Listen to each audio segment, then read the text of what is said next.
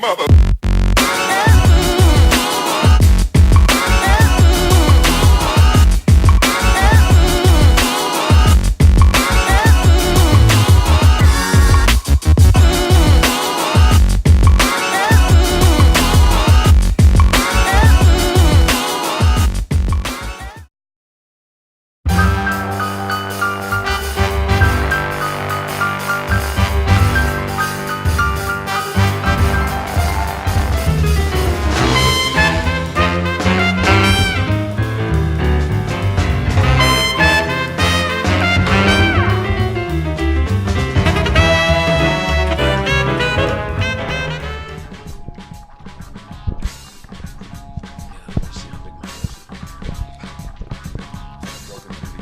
Is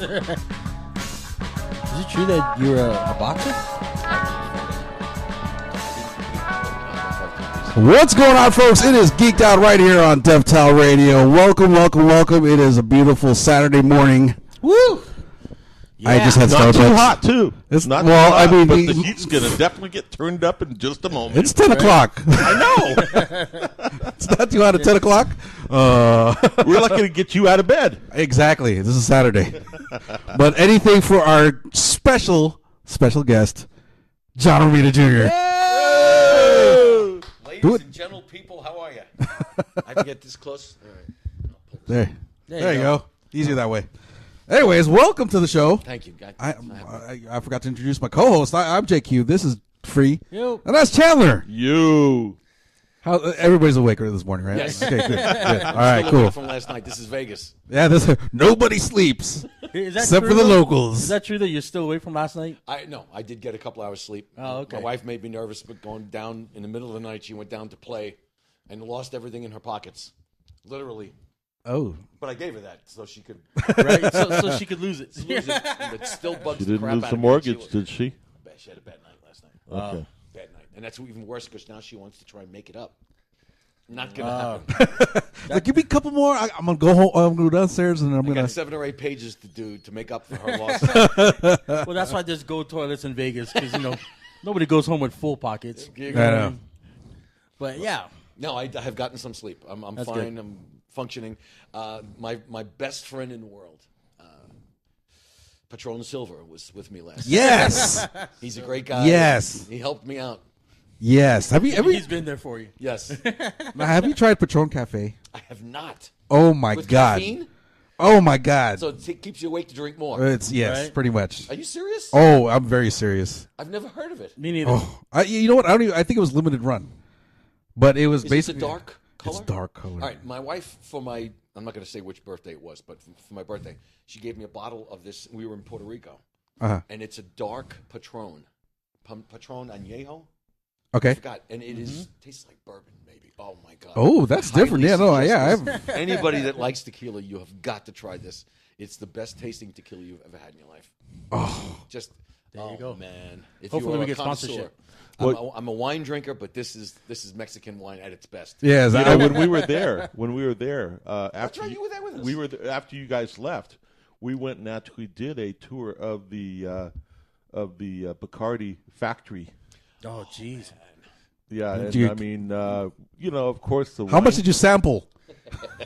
Well, I don't remember. All I can say is look at this and then figure it out through the math, okay? But yeah, I'll take a little bit of that, no, a lot of that, a lot of that, a lot of that, all of that. To anybody that's listening, don't take me as a guy who drinks tequila all the time. Not all the time, but I do love tequila like I like wine. Oh man. Oh, man. Seriously, yeah. If you could find a bottle of that cafe, I got to try it. I've never tried it. I just get a tall glass, put ice in it, and then fill it to the brim. That's it. Oh, jeez. Excellent. I've done that. And I gotta tell you that you look great, man. Thank you. Like I know that your wife is a trainer, right? She was I was just telling him she was an amateur bodybuilder before her car accidents, and she taught me a lot of things. And now her son, who is my son, I helped raise him, is a bodybuilder as well. And you can't go wrong with the two of them. They know everything about everything. right. Yep. See, the last time I saw you was at San Diego, and you had this black shirt on. And I swear, I was like, this guy could be Wolverine right now. You know what I mean? All he needs is a claws, and he could walk around and nobody like, oh, can I get a picture with you?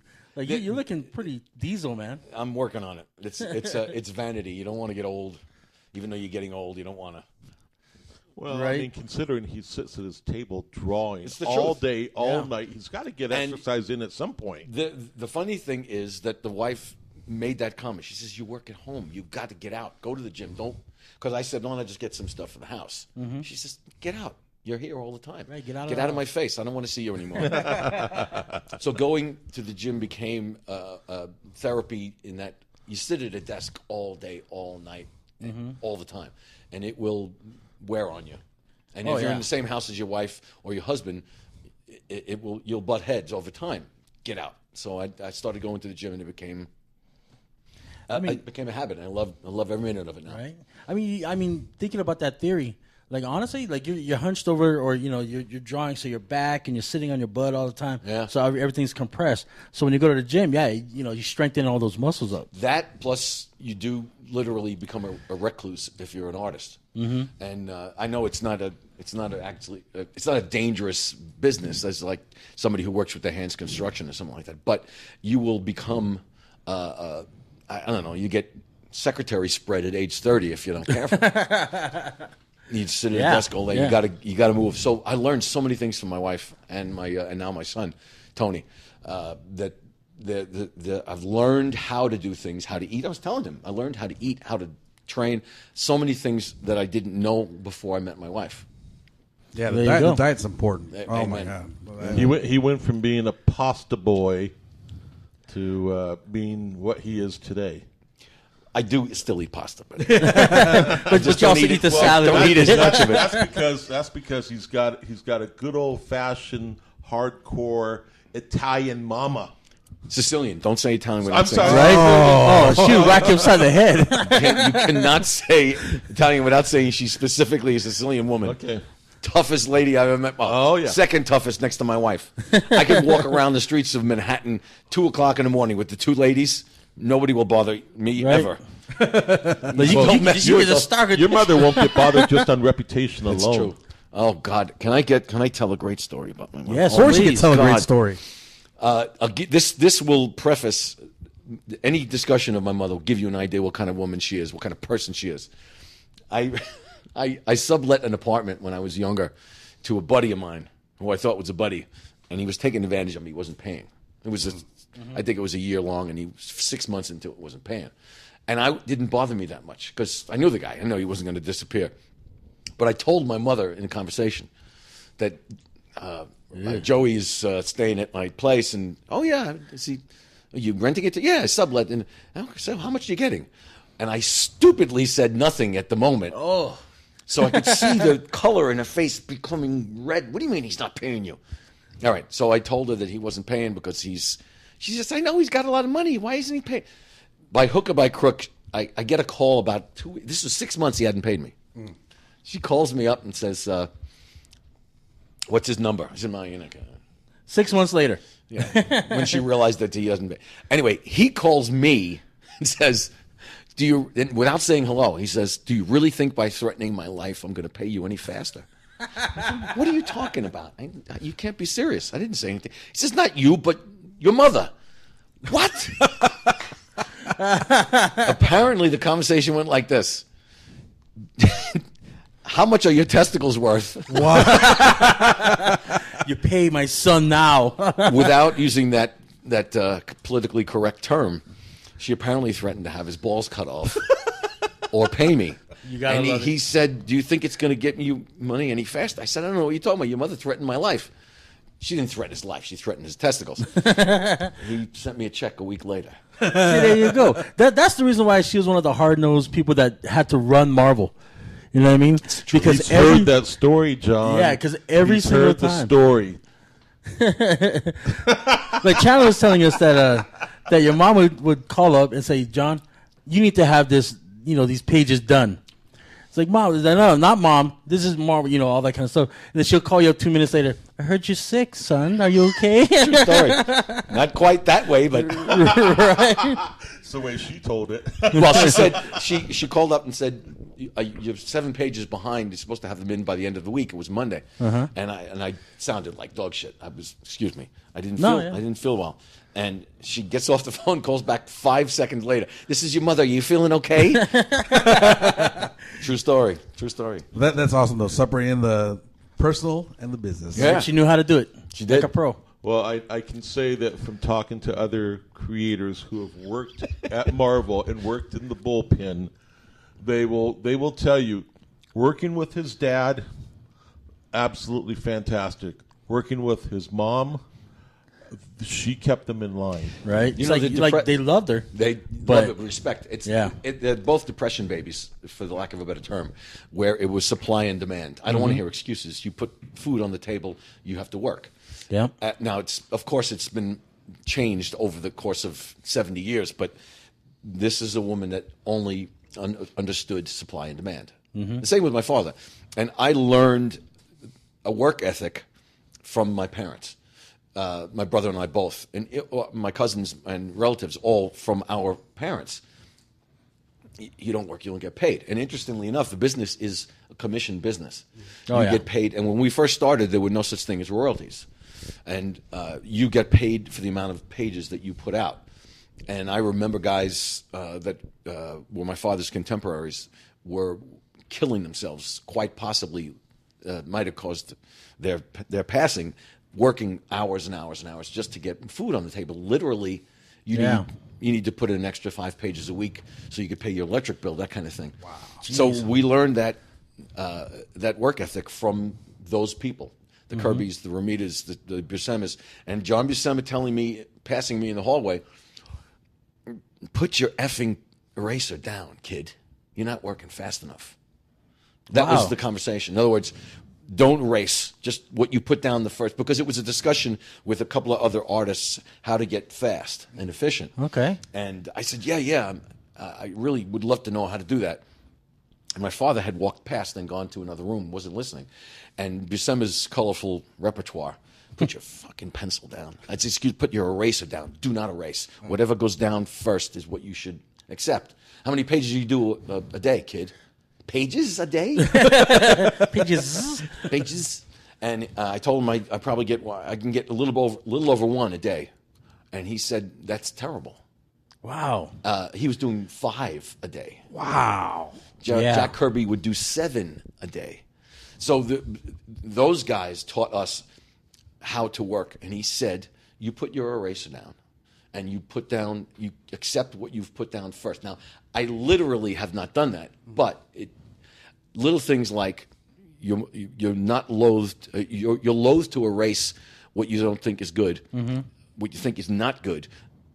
Put it down, look at it 6 hours later, and it'll be okay. He was right. Yeah. Little things like avoiding a sharpener. So I used the mechanical pencil after that because I used to use sharpeners. Little things like that over time improve your output, and he was right. But that conversation, I'll never forget that. Put your effing eraser down, kid. It's a true story. I mean, if you really think about it, I mean, it's not just speed, but also what you put down. Sometimes when you first do it, it's so fluent, so fluid, and the forms that you put down, those are the actual ones that actually have the energy in it. Yes, exactly right. And the wonderful part of it is when you're working. When we work these stupid hours that we talk about, guys that literally put in all-nighters. Danny Mickey, who's working on Superman Year One with me, will text me and email me in the middle of the night, knowing that we're both awake. Right. I don't know about Danny, how his work how it looks when he's working 30, 40 hours straight.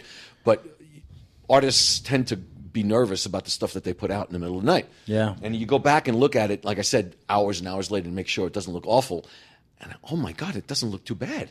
Because what you're doing is when you are on a deadline, you have to make a morning deadline. You're nervous about what comes out. But when you are working that way to get it done, you think it's going to come out garbage. And then you look at it the next morning and say, well, it's not too bad. It's not too bad. Because it it's stream of consciousness almost. Yeah.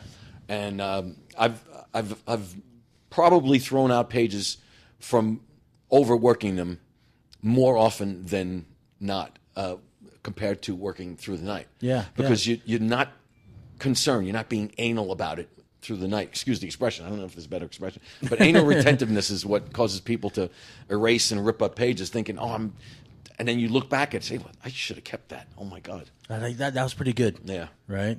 Very cool. I mean, I would think that basically skill is skill. I mean, how you draw is not going to change that much whether you're doing it in the very beginning or whether you're going back and redoing it. You're still going to draw the same. Well, not the same. There are moments that you have more efficient or you do better work for whatever reason. Maybe you have fever. There's a lot of pressure on you from family issues, whatever. But it does not vary too far. You're right. Yeah. Mm-hmm. And you think it does. You'll go back. For instance, I'll go back and look at something that I was sure was great, and I say, oh, my God, the eyes are uneven. I can't believe I let that go by. But if you looked at it first, it looked straight. Mm-hmm. Cockeyed is the expression. And then there are guys who are brilliant artists like Danny Mickey, Frank Miller, and Klaus Janson that will improve what you do. John Romita Sr., when he was inking me, would always improve what I was doing. Yeah. He would repair things. Then he would tell me, by the way, I fixed this. You need to know I had to fix that. That was terrible. All right, thanks, Dad. I appreciate it. But at the same time, Dad's still teaching, right? He's like, Can't stop himself. I'm not telling you because you're a bad artist. I'm telling you because you need to fix it for the next time. Perfect example, saying, do me a favor. When you do a face that is straight on, for whatever reason, you have a perfect face, turn it around, show it in the mirror, or hold it up to the light, and you'll see that there's something that's imbalanced. Yeah. The brain, the left side of the brain and the right side of the brain, when you draw left to right, one side of the face is correct. The other side can be slanted or off kilter. And he said, hold the sheet up to the light backwards, and you'll see how uneven the face can. Yeah. And you have to make sure that you do not let it go without checking things out like that, because you'll have faces that are cockeyed. Tilted. Yeah, it's a true story. So I got a question for you. I know that you took over and you started working on Superman when they reintroduced Superman. How did it feel to get to design your own Superman? Because didn't you design the new look? Yeah, that's designing Superman's costume or redesigning it is kind of like reinventing the wheel. You really don't. There's a certain amount that you can do with Superman that is allowed. This is an international image. Yeah. Iconic. 80 years old, and you cannot really mess with. But for the short amount of time, you're allowed to play with it and do some alterations. And that was fine. And going in with your eyes wide open, knowing that you're not going to do anything that's going to change the earth. Right. You can't improve on. Don't tug on Superman's cape. Don't spit into the wind. But allowing you to play with it was kind of intimidating, fun.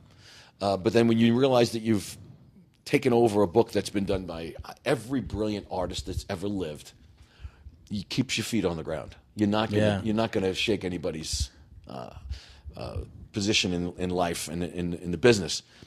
Be that as it may, you still do your best and hope for the best.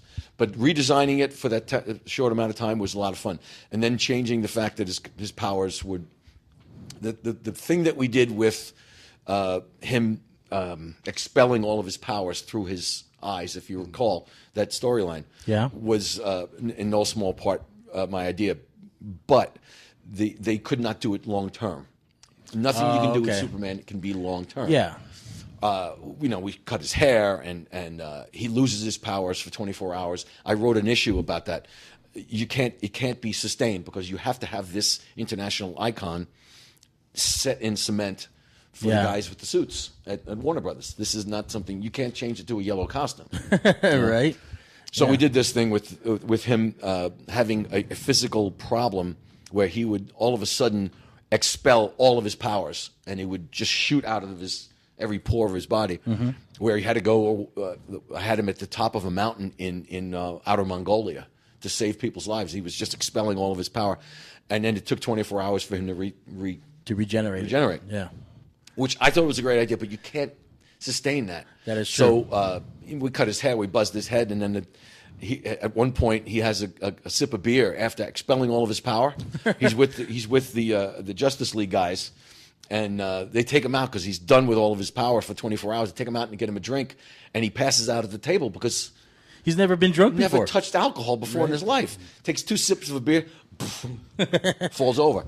And I got a lot of pushback from people that said, you can't have a Superman get drunk. I said, why not? He doesn't have his powers. He wasn't Superman. Right? He was Clark Kent. They obviously didn't see Superman, what was that, 2? That's right. That's right. When he was at the bar like, ah. That's right. That's right. So the costume redesign was intimidating. Doing Superman was intimidating because there's guys that have done it before me. Jack Kirby's done it. Jim Lee has done it. John Buscema has done it. John Romita Jr. has probably done, I think he's done a couple of covers. With Superman or Supergirl? Well, he did a couple covers of Superman, but then part of that was also while you were on the title. You're right. Yeah. Intimidating, at the very least. Well, yeah, I mean, I think the character being so iconic actually keeps you humble. Absolutely. Yeah, because you're like, so many great artists have worked. This character is bigger than, a lot of things in the industry itself. So for you to have that honor to work with that character, that must have absolutely been amazing. True. Yeah. And it was less so with Batman, and I would think it was going to be the reverse. Yeah. Because I think Batman might be the greatest character that's ever been created, only after I worked on it. I was a Spider-Man fan up and down forever, thinking this is the great, and it is. It's right there with Batman. But when you think about the simplicity of the costume and the darkness that you can play with the imagery so much more than Spider-Man, I was imagining that Batman would be that much greater a character to work on until I worked on Superman. And I thought Superman was a silly character. It's perfect. You can't have fun with this. And then they've played with it. He's dead. He's come back 8 different ways. So they improved the character because Spider-Man was created by Stan almost as a way of countering the silliness of a perfect character. So Stan creates a kid from Queens, Jewish kid from Queens that gets sick, gets a cold, gets the crap beat out of him. He's imperfect. Red and blue costume, works at a newspaper. And he's not perfect. Average-looking, geeky-looking kid. It's brilliant. Only in response to Superman, which shows you the greatness of the character, Superman. Right. But working on it, thinking it was going to be... I'm not going to really enjoy doing Superman because it's a perfect... He had already been adjusted, so to speak, by the minds. And working on it was a revelation, and I really enjoyed it. Thought it was the greatest thing. Then I worked on Batman and loved... The 2 characters I always wanted to do as a kid, I suddenly got a chance to do them and really, really enjoyed doing it. And Batman more so than Superman. I would have to say the one thing I thought was interesting was when John went over to DC and he was on Superman. I mean, when you really think about it, John had done all these characters over at Marvel. And the one thing I'd say that Marvel doesn't have, or that doesn't have that iconic character like DC has, that is a dark character, is a Batman type of character. Yeah. And when John told me that he was going to go over to Batman, I got really excited because I thought this will be a chance to see the dark side of John from a creator viewpoint. Him having to go into that dark space to find something that he can bring out in the Batman character. And I know it excited me. I'm assuming it was something that excited you, but probably also intimidated you a little bit too, because it was unknown territory. But I had done it after Superman. I was already intimidated doing Superman. It's like you can't get more intimidating than Superman. You can't. And then doing Batman, interesting, perfect segue to doing Batman. I did it with Jeff Johns, but I worked on it. You did Batman with Jeff? I mean Superman. I'm sorry. Yeah. I meant to say Frank. I got a chance to work on it with Frank on Last Crusade. Which again, you talk about someone who's gone into that dark area. But I had worked on Daredevil with Frank, which is basically that is Batman. That's Marvel's Batman. Pretty much, yeah. Frank made Daredevil Batman, basically. Put him in Hell's Kitchen. The horns, right? The horns, the imagery. Frank is the genius that took Daredevil and turned it into a top-line character all by himself. Yeah. Brilliant character, great character. Stan created this fantastic idea. But Frank turned it into Batman. not literally, but made it that darker character. Yeah, he turned him into a Batman type of character in Marvel. Marvel's Batman. So, yeah, like I said, when you think of all the characters that have been created over at Marvel, there really wasn't one that was created as a dark character like Batman was. The Dark Knight back in the beginning, Detective Comics, the whole bit. It took Frank to take a character and bring him over to, let's call it, the dark side. Think about what he did with Daredevil, with his mother, the nun, and Karen Page, the drug problem. He did things with it that really gave it that grittiness. And then when we worked on Man Without Fear, he gave me so much room to play with. That if I did not have a better grasp of storytelling before I worked with Frank on that, I learned it. It came out of me working on that 144 pages of Daredevil. And honestly, everybody can tell a story that well if you get the opportunity. And that's what happened with Frank. It was supposed to be a 64-page graphic novel. And I remember talking to Frank. I called him and said, Frank, I want to do something with Wolverine. He says, no, everybody's doing something with Wolverine. He says, don't do Wolverine. Let's do Daredevil. I have an idea. Okay, Daredevil, right. And he sends me the plot for 64 pages. And it was a small amount of story, manuscript plot. And I start working on it. And halfway through it, he says, I have an addendum that's going to go between pages 17 and 18. I need you to slot this in. It ended up being 80-something pages of addendum. Wow. And just fit that right in there. he said it might be more than a couple of pages. Oh, my goodness. And then he disappeared to work on RoboCop. He went to Houston, never to be heard from again for about 6 months. Right. He was working on it, and I was free to do whatever the hell I wanted. And it's lovely. To this day, I may not have put it all together storytelling-wise. I may not have put it all together like it did that because it just lent itself towards it. Until I get the script, the plot for Man with the Year One, Superman Year One. It's called Strange Visitor that I'm working on right now. It's a graphic novel. It's a 200-page graphic novel. Jeez, man. In 3 issues. The first issue is 68 pages. It's 3 pages of plot. It's 3 typewritten pages of plot for 68 pages of artwork. Wow. And that's exactly the same feeling I had when I was working on Daredevil. Here it is, play with it. Right, this is your story to tell now. Basically, that's awesome. I think that's the ultimate compliment to you as a creator. Frank He's basically here's like you said, 3 pages of plot. Tell the story. I'm trusting you as the artist to tell the story, and that coming from someone like Frank says a lot about you as the artist. There's also a fear because you're walking on a tightrope that you do these pages and then I first of all, I do not send the artwork to Danny Mickey until I send the scans to everybody. I'm waiting. Okay, is it okay? Right, it's like I have Mark Doyle, Amadeo Totoro. These guys are the editors, and you can't. It's not as if they're going to say this artwork sucks. Take it back and repencil it. As much as they're going to say we need this editorially. Remember now, he's got to do this. In case you have this moment in the middle of the night where you forget something. Yeah. That's what editors are, and they're brilliant. So you need to have it scrutinized. So I send the pages, scan them at high res, because interestingly enough, everybody wants to have the pencils done for another way of producing this product. When the book is already out, right? They do the raw version. Yeah. So you do high res scans. You do high res scans, and you wait to hear that everything is okay. So Frank gets them. The editors get it. Danny sees them before I send the physical. And if nobody sneezes at them, I send them physically to Danny to work on. You're really walking a tightrope because if you mess up and you have to adjust 10 pages by accident. Let's say I put out 10 pages in a stack, send them to Danny. They come back and say, oh, crap, look what you did. You have to redraw several If that happens, that's on me. Mm-hmm.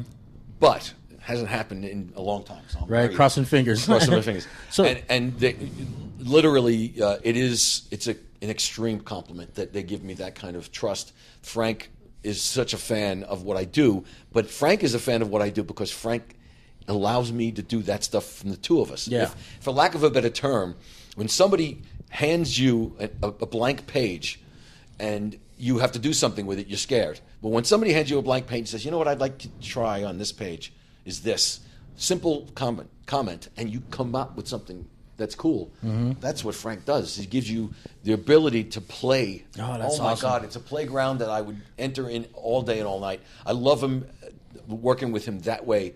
It came out with Man Without Fear, the Batman Last Crusade, 57 pages, and now 200 pages of this. Frank and I just really jibe well. Yeah. Now, speaking of Jeff Johns, similar in that his plots were with dialogue. I don't know what you can call them. They're script, they're plots, they're scripts. I'm lucky enough to be, well, I'm older than all the guys I work with, but when they send me a plot or a script or both, they say, listen, we know what you can do. Don't feel you have to be so strict guidelines of the dialogue that we send you. We'll adjust the guideline. We'll adjust the dialogue according to what you've done. Neil Gaiman said that to me. Wow. And when Neil Gaiman says, I know what you can do, and if worse comes to worse, I have to alter some dialogue, let me know what you're going to do, and I'll adjust on the fly. So I would call Neil, and I'd say, on this page, or this area, this scene, I'm going to do this. He says, okay, and I'll adjust the dialogue.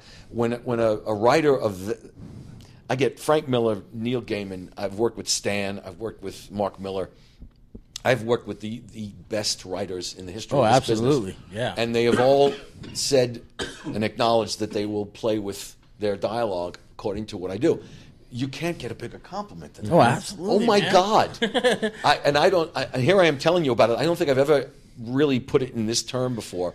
It's the biggest flattery out of... Well, it's them having complete trust in you. Well, I'm older than all and your ability. I'm older than all of them.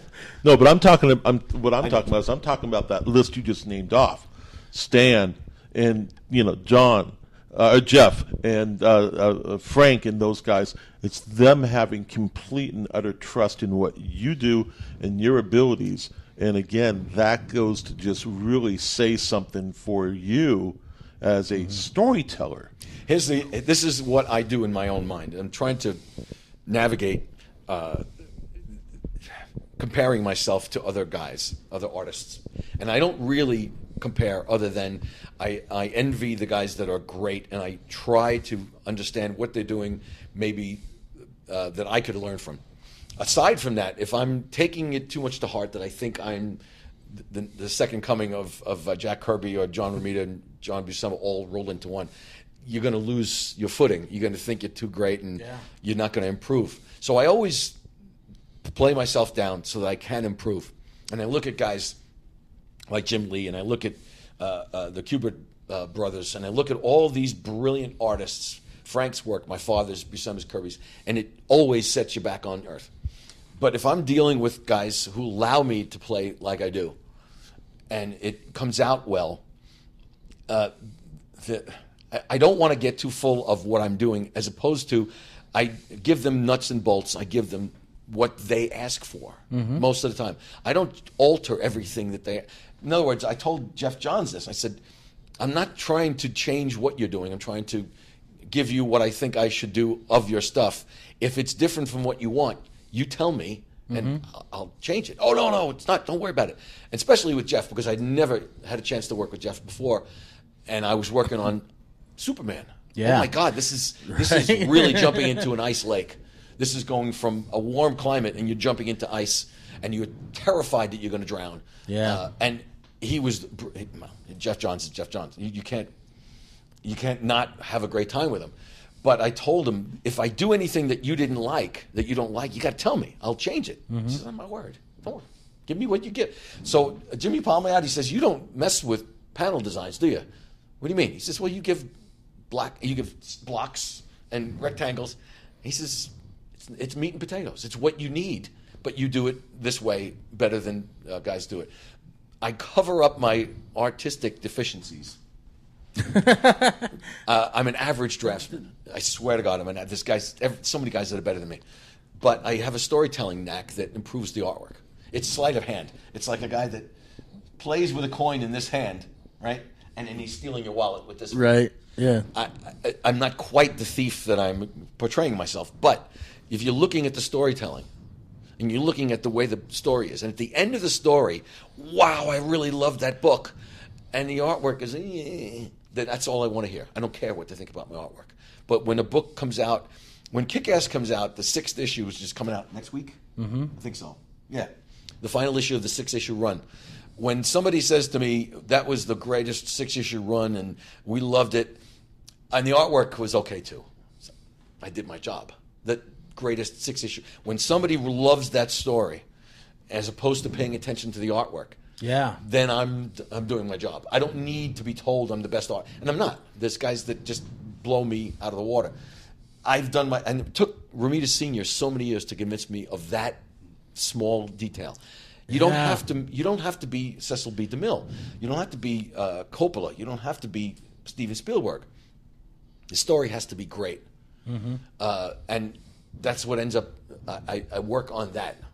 See, I was actually about to bring up because talking to your dad, he even tells me it's not the artwork, it's the story that you tell. It's being a storyteller. So when you brought that up, I was like, oh, I mean that's straight out of your dad's mouth right there. His great story that all of these years he finally said to me, I'm probably a better artist than my son. I've never heard those words up until recently, a couple of years ago. Was it discussing it with you, or was it a different interview? I don't remember. I saw it in print. He said, I'm probably a better artist than my son, but he's the best right now. In other words, he's a brilliant, accomplished artist in every way, shape, or form. Not just an illustrator. He can paint. He did stuff when he was 19 and 20 that I can't do now. He finally acknowledged that he's superior. He's Michael Jordan, and I'm the guy at the end of the bench waiting for garbage time. I don't know about that, but and he finally acknowledged it. He said, but I could never tell a story the way he does. Oh, see, that is the ultimate compliment. Yeah, absolutely, especially from Senior. Yeah, so, but I learned how to I think the irony there is that here it is, you take a man who was known as being such a great storyteller. Mm-hmm. Yeah, and yet he is talking about his son, but someone that he didn't want to treat like his son because he wanted his son to make it his own. Yeah. And his son learned from the master at that time and bettered the master. I don't know about bettered, but well, that's well put. On par.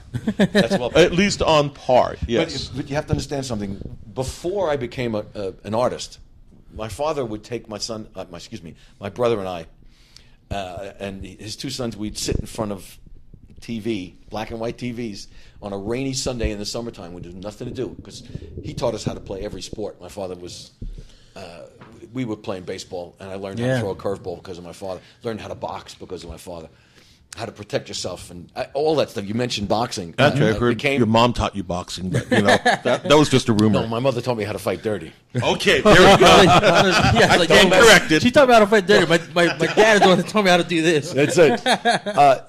On those rainy Sundays, we would watch movies, and it wasn't just sitting in front of the TV with popcorn. This was a lesson with my father. I'll never forget watching On the Waterfront with my father, and to this day, I consider it possibly the greatest movie I've ever seen, but not because it was a visual, brilliant movie. Think about it as the film noir. My first foray into film noir, and I didn't know what that was until he explained it to me. And watching that movie, and then every scene that was coming up, I'd hear my father go, wait till you see what happened. There was no rewinding back then. Yeah. There was no videos. So he would say, this is what's going to happen. And then at a commercial, because these commercial television shows, at the commercial, he would say, did you see what just happened here?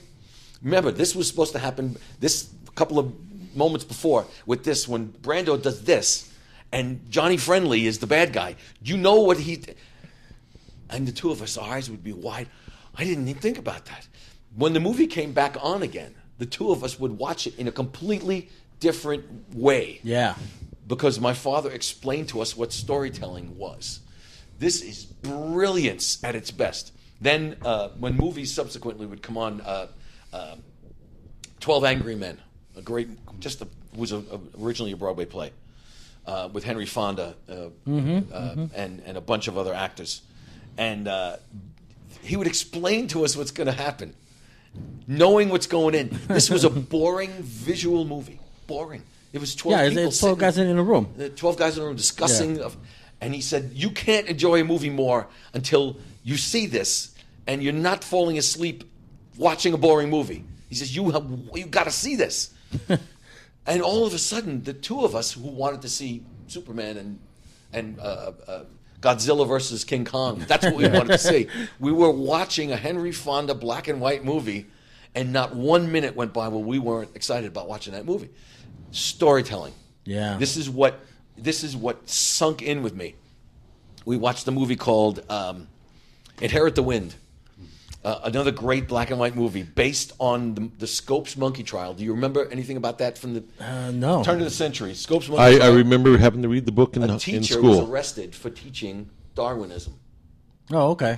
And it became, this was in the South, where everybody was Bible thumpers at that time, or at least to an extent this area of the country was. And my father didn't say to us, well, this is the Scopes monkey trial about Darwinism being people that were believing that the Bible was textbook as opposed to somebody's stories. We would have, I'm going to go watch Godzilla versus King Kong. But we sat there and watched this movie. And the actor that played, I can't think of his name at the moment, the star of the movie, Spencer Tracy. Spencer Tracy. An older man who was dying while he was doing this movie.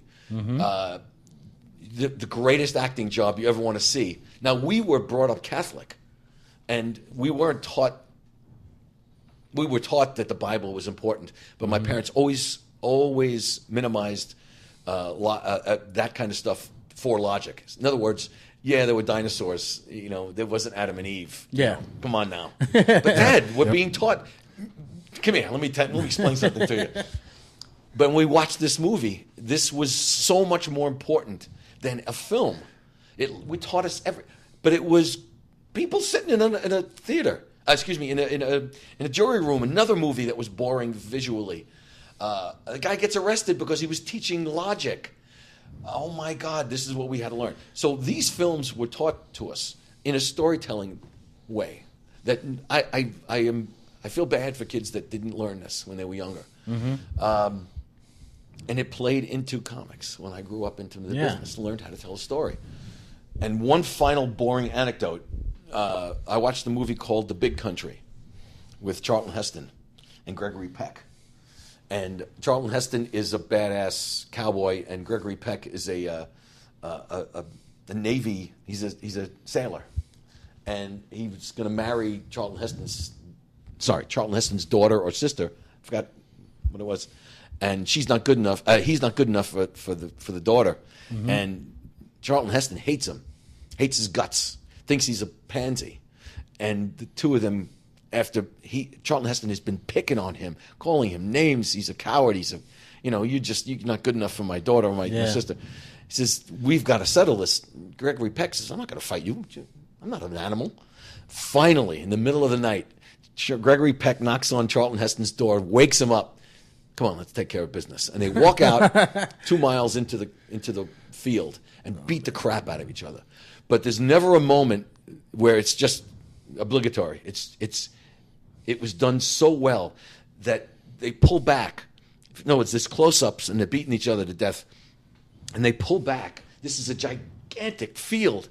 You pull back and you see these two tiny figures beating the crap out of it. And you hear the muted thumps but you see, the movie was called The Big Country, and all you see is 200 square miles of field, and the two of them beating the crap out of each other. Oh, that's awesome. You pull back, and I remember my father telling me, when you're telling a story, don't feel like you have to keep everything up close and pull back, establish this, and that congealed all in one moment. I watched this. I said, Dad, that's easy. That's right. That's how you tell a story. That's how you tell a story right there. And it all made sense to me. Literally, from that movie, I learned the establishment. That word "establish" suddenly meant more to me than the standard dictionary term. You establish the scene. Establish the scene. And oh God, everything made sense. But watching those movies with my father, from his point of view, telling a story, is how I learned how to tell a story. That's amazing. And the longest version of the quick story, I'm sorry. I apologize for boring the crap out of you. No, not at all. Like just to hear the process that you went through from, and because as artists, guys that draw, That's what we like to do. We like to know how your process works because you're so successful at what you do. You work with guys like like the writers and everything, but Danny Mickey, he's one of my favorite inkers of all time. This guy's brilliant. He's such a great artist who also happens to be an ink artist. Right. That's the great thing about working with guys like Danny and Klaus and my father and Tom Palmer. They are artists that happen to use a brush with ink. Yeah. As opposed to a guy who's an ink artist, an inker. These guys are ink artists. Yeah, absolutely. Dean White, who's just a brilliant color artist. Peter Steigerwald. These guys are artists who happen to be color artists. Yeah. Dean and Peter are painters. These guys are artists. My God, I've seen stuff that they do, and they make their living. They pay their electric bill with. Oh, by the way, they happen to be color artists, but they're brilliant artists. Oh yeah. That's the great thing about working with guys like. Are you working with Peter on your new project right now? We don't have a color artist as of yet. Oh, okay. On Superman Year One, it's called Strange Visitor. But I worked with Peter on the Kick-Ass. He digitally enhanced the pencils, so to speak, digital enhancement, and then did the color art over my pencils. Oh, nice. Didn't he also work on the Batman piece? Exactly. That's why he got the Kick-Ass stuff. Worked on Last Crusade with Last Crusade. Yeah, as a matter of fact, I think it was when we were in Denver in 2016. That's correct. He was there. And he was there, and your Batman book had just come out. And 2016 to 2015. No, it was 16. Okay. 16. It Denver, was, that's it right. was 2 years ago. Okay. 2 years ago. But, I remember he was basically at the table right across from us. That's right. And at that time, you guys started talking about Kick-Ass. That's right. You just finished the book. The Batman book had just come out, literally come out that week, and that's when you guys started talking about Kick-Ass. So I remember those conversations. Oh, very cool. See, that's the reason why I go to conventions. Like, yeah, they're hectic, and you're tired after 3 days, and you eat horribly, but it's just those connections that you make with other artists and other people. So that's awesome. Yeah, you do. They have to come up with a better food at conventions. Oh yeah. Somebody has to. Well, that's why at San Diego we have our refrigerator and our microwave in our booth. But somebody instead of the food court junk food, somebody should come up with the kale junk food. Something. The kale burger. There you go. They really need. Well, they do have something like that at $10 a bottle. All right. Well, but you think any of these comic fans are going to go to a health food stand at the convention? I think they do. Maybe. They'll spend their $10 on art. They're not going to spend it on a bottle. True, but if I set up a smoothie station that has healthy protein shakes, I bet you I would sell a lot of them. Yep. Oh yeah, absolutely. So I hate to interject here, but first of all, I want to give a shout out to our folks here on Facebook Live. We got the screen on the opposite end. So I'm looking on the screen. Am I looking at this one straight here? Hi, Mom. How are you? I told that story about you and the. She's now got photographic proof. But I was really delicate, Mom. I didn't say that you really wanted to cut his balls off. So I don't know how good you guys' eyesight is. I'm kind of squinting here, but I see that Joe Rubenstein has joined us. Hey, Joe, how you doing, man? Speaking about, he says, "Hey, John, nice arms." Right. Joe, how's it going, buddy? Right. Speaking of amazing inkers and artists. Oh, got to tell you a story about Joe Rubenstein. Oh, boy. Here you go, Joe. Here we go. Talk about painters. Yeah. Oh, yeah. I'll give you an example of what he did on the flight to Boston. With his finger, he painted a portrait. He has a program for his laptop, so to speak, and he literally uses his finger on the pad, and he painted a portrait of somebody. He says, "Yeah, I did this on the plane." Oh, what did you use? What program? Oh, I used my finger. Just his finger. Little pain in the ass. Well, there is a brilliant artist behind Joe Rubenstein that he does not show people. He is a portrait painter. He absolutely shames me.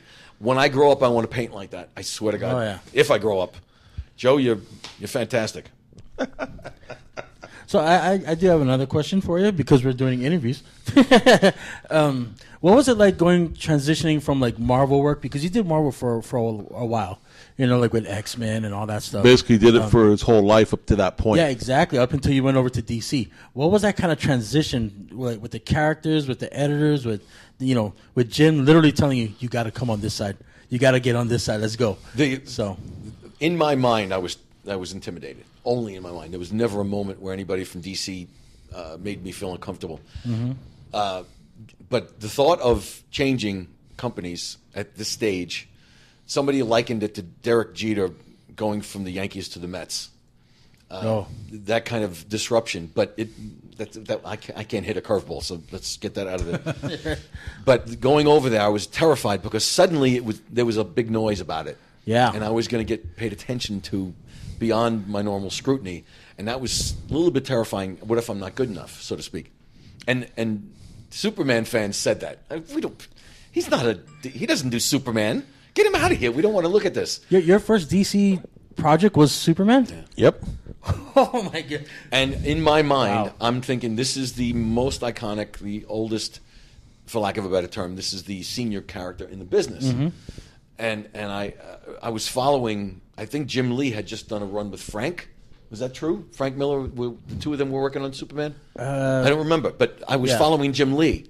Now, if you're going to pick somebody to follow, don't pick Jim Lee to follow. What kind of... How stupid can you get? Terrified. I was nervous. Mm-hmm. And suddenly people were saying, you're getting paid a lot of money to go over. That wasn't even part of the equation in my mind. I was being looked at in a different way. I was under a microscope. Mm-hmm. And I don't like to be under a microscope. I don't want to be. I was already getting enough scrutiny as an artist in general because I was working on some big characters, working with great writers. Now I'm going over where everybody knows I'm dropping my pants in public and people are going to point and laugh. I don't want that to happen. I'll keep my pants on and people can surmise if I'm funny looking. Wait. That's like that beach scene. It's an analogy. Come on. It's just an analogy. So I get on Superman and I am suddenly terrified until I swear to God, I drew the cape. I said, wait a minute, it's a red cape. I've done characters with red. I did Thor. Holy shit, I can do this. Right? I quite literally, that moment when I realized I'm drawing a character flying, powerful, and can break somebody in half, and I'm doing a gigantic robot, even though it was the gigantic gorilla thing. Yeah. I can do this. I've done it before. All right. Like 100 times before. I went up, I woke my wife up and said, I can do this. She said, shut up, I'm sleeping. So you couldn't have waited a couple hours? I said, Kathy, I am comfortable again. She says, I knew you were going to handle it. What are you talking about? And I explained this process. I said, I've done this. I can do this. Called my father the next day. I said, I can do this. He says, yeah, so what are you telling me? I was terrified. It was an epiphany for yourself, but everybody else knew. Absolutely true, and nobody doubted it. In other words, we figured you were going to do it. I said, but I was terrified. And self-inflicted, always. The DC guy, and then speaking about working with people, other than working with Geoff Johns, which I had never done before, I got a chance to work with editors. Interesting enough, Bob Harris. I worked with him at Marvel. At Marvel for a long time, I can do this. Mike Carlin was over at DC. These are guys that I had worked with at Marvel. So I got comfortable in my mind. There wasn't a moment where they made me feel uncomfortable. These people are wonderful. That's great. And it's interchangeable parts, but only if you can really feel comfortable in your own skin. And it took me a while until I was on that page with the double page spread of Superman hitting this gigantic robot. Oh, I can do this. This is cool. I've done this cape before. Done the cape. I swear it was the cape, the red cape. Thor. I've done this. That's amazing. That's awesome. It's a huge transition, especially because you're so known for doing Spider-Man, X-Men, Thor, all Avengers, all that kind of stuff, and to actually do other characters that, of course, aren't in the Marvel universe. Yeah. And that to me would have been so intimidating, like you said. But it was self-inflicted. Again, people are so wonderful, and if it had been the other way around, if I'd gone out to Marvel, it would have been the same way. They would have embraced. It's a personality thing. I'm sure there were people that are grumble. This guy really doesn't deserve this shot. He should be doing. Maybe he should do Hawkman before he does Superman. They gave me Superman. That in and of itself is a compliment. Oh, it is. This is the greatest character in the overall in the history of the business, and I got a chance to do it. There's not one person that made me feel uncomfortable except me. Well, I think it's because it was a recognition of who you are. Okay, as an artist and everything. To me, that was trial by fire. If you're going to screw up, you're going to screw up big time doing the greatest character. Oh God, guys, couldn't you let me do something a little bit less complicated? Like you said, I'll do a Hawkeye. That's it. I mean, a Hawkman. Question: When you were negotiating your contract with DC, I know one of the things that you wanted to do is you wanted to work with a big writer. But I didn't say. No, I didn't say you said it, but it was just obviously DC had to give you incentives to jump ship, so to speak. And interestingly enough, before I did Superman, I wasn't sure I wanted to do Superman. I went to them with a premise of a storyline that I had come up with for Silver Surfer, and also Doctor Strange. It was a storyline that applied to Silver Surfer, Doctor Strange, and also it would apply to Superman. And I may yet do this as a small graphic novel or series. And they liked it. Dan DiDio and I sat at breakfast, and we had a 3-hour breakfast, and I told him this idea. He says, I love this. This is great. He says, perfect, let's do it. And then when Jeff found out that I had a chance to work on Superman, he says, you know what, can I write him into the regular series? At the time, he was interested in doing it, and I joined on issue 30, forgot what I was working on, what number it was. I got a chance to work on it in the mainstream series, and which I didn't want to do. I didn't want to jump on to do the main book. I wanted to try something of my own idea. Yeah. And I hesitated, and when they told me that Jeff Johns is going to write it, I said, okay. It's like Jeff really wants you in this, so let's do this. Jeff wants to work with you. Okay. Amen. Let's do this. Very cool. Oh, man. So it didn't. What you're saying did not occur. I did not get that.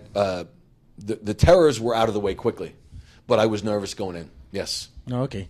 So what made you decide to move from Marvel to DC? Because I know once that rumor mill starts churning, that Marvel's like, we don't want him to jump ship. Respect. Yeah, we want him to be here.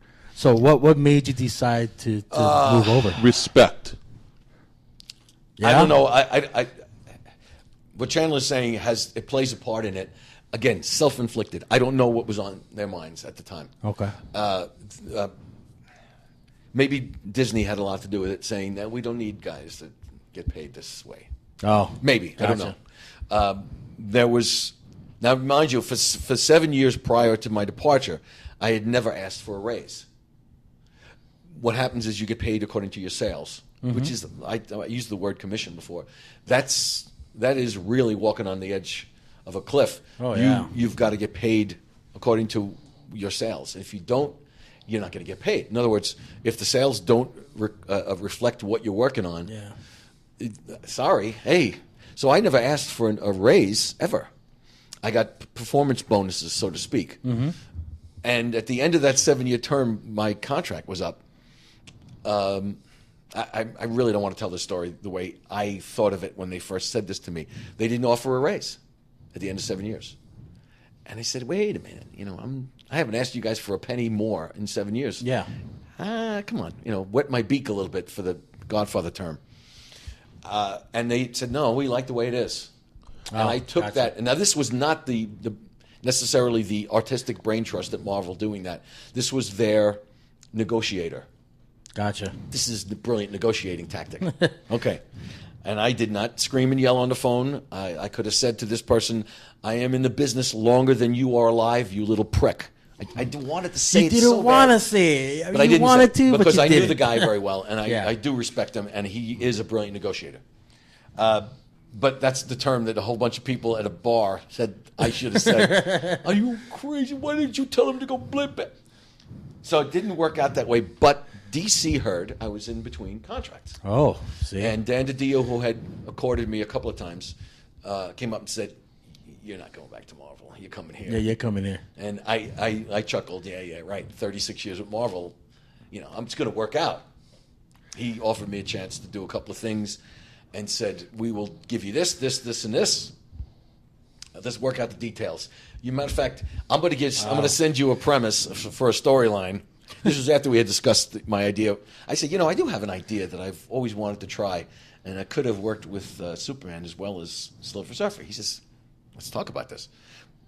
After that conversation, I still went back to my room, San Diego, at the hotel room, saying, of course I'm going to work for Marvel again. Then Dan Buckley at Marvel called me up and said, listen, you're not leaving. Don't worry about it. We're going to take care of business. I said, I figured that. Yeah. Well, a couple of days later, Dan DiDio says, listen, don't talk to anybody. I'm going to talk to your lawyer. We're going to work out the financial details. Here's the script for you're going to work with Jeff Johns. Yeah, let's get this rolling. So don't pay attention to the money. Trust me, we're going to work this out. Nice. So the combination of his faith in the process and that story idea, holy crap, I'm going to work on Superman with Jeff Johns. That's awesome. I had a chance, and Marvel came back up and said, we're not going to let you go. We're going to do this, and this. We're going to match whatever. Well, if you're going to match it, I need to know I'm going to do something different. Right. And there was nothing more different than working on Superman with Jeff Johns. And at that point, I'm thinking, yeah, you match it, but you weren't there. That's why I use the term respect. Yeah. Is that John should have received everything in the beginning. Oh, yeah. Meaning the beginning of we're not going to play around with this. Here we're going to give you the top dollar that you deserve. Yeah. This is what you bring. This is what we want to do. We want to, what project do you want to work on? That type of thing. But that wasn't what was in the cards for them. They played we'll match what DC. No. But DC came out with their best offer right on the spot, and that is respect. Well, especially with guys like Dan DiDio, he's known to be an artist guy. Like when you play football, there's a player's coach. He is the artist guy. That's an excellent segue into the conversation. Ironically, and Bob Harris is a part of that too. And Jim Lee, being part of the Brain Trust, Jim Lee's an artist. Oh yeah, a brilliant artist. Bob Harris was the editor-in-chief at Marvel. He was known to be an artist's editor, and Dan DiDio is that as well. The conversations start with the respect of the artist going in, as opposed to the writer being the all-powerful and ever-loving Oz. It came up just a short time ago that an editor at Marvel, who's no longer with Marvel, said, literally, the artists are interchangeable. We don't care that much about the artists. I won't say who it was. It's not important at this point. It doesn't matter. But it did congeal, and it goes back to a conversation I had with this editor working on Spider-Man, that he does not have the respect for the artist the way you might think. It turns out that his comment was so cogent for him and damaging for him. And absolutely. He was gone. It bit him in the ass. It did. And it came up at a convention, and the reaction from the people in the convention sitting in front of us was a little bit of a stunned silence. Did he really say that? Did you say that in public? And interestingly enough, it happened right after I had left Marvel. So I'm thinking maybe Disney had it in their minds that we don't need to pay artists anywhere near what the writers get. Because when somebody who's a neophyte or somebody who's not familiar with the business gives credit to the writer as the creator of this idea, suddenly, artists don't have anything to do with this, right? Mark Miller's Kick-Ass. Mark Miller is he's the artist and the writer. There's a certain amount of respect that gets left out. And I think Disney, I think they had a part in this, saying there's a limit and we're not going to go above it. And it's that corporate limit. Yeah. Right. And it very well may have played a part in not letting me go, so to speak. My lawyer who represented me in the negotiation said, you're not guaranteed that if you get paid this rate, there's no guarantee that they're going to continue to give you the work. In other words, Disney could say, All we have to do is just not hand him a script every month, and we don't have to pay him. And he's still contracted? It's still contracted. Yeah. That's pretty much what they have Chris Claremont under. Right? In other words, we could offer you $10,000 a page.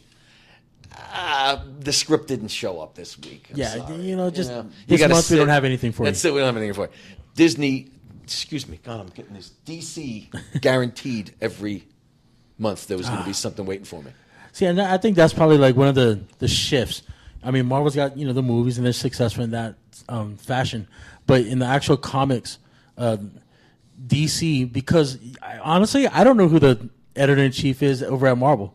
But I could tell you right now, Dan Didio, Bob Harris. Those Jim, three guys, exactly right. It's now CB that's over at Marvel. CB Cebulski, great guy. After the other guy went bye-bye. But CB Cebulski's but he understands the same way. Interestingly enough, it started off with Marvel being artist-friendly, having the artist work from a plot. Yeah. Having every bit as much to do with the story as the writer.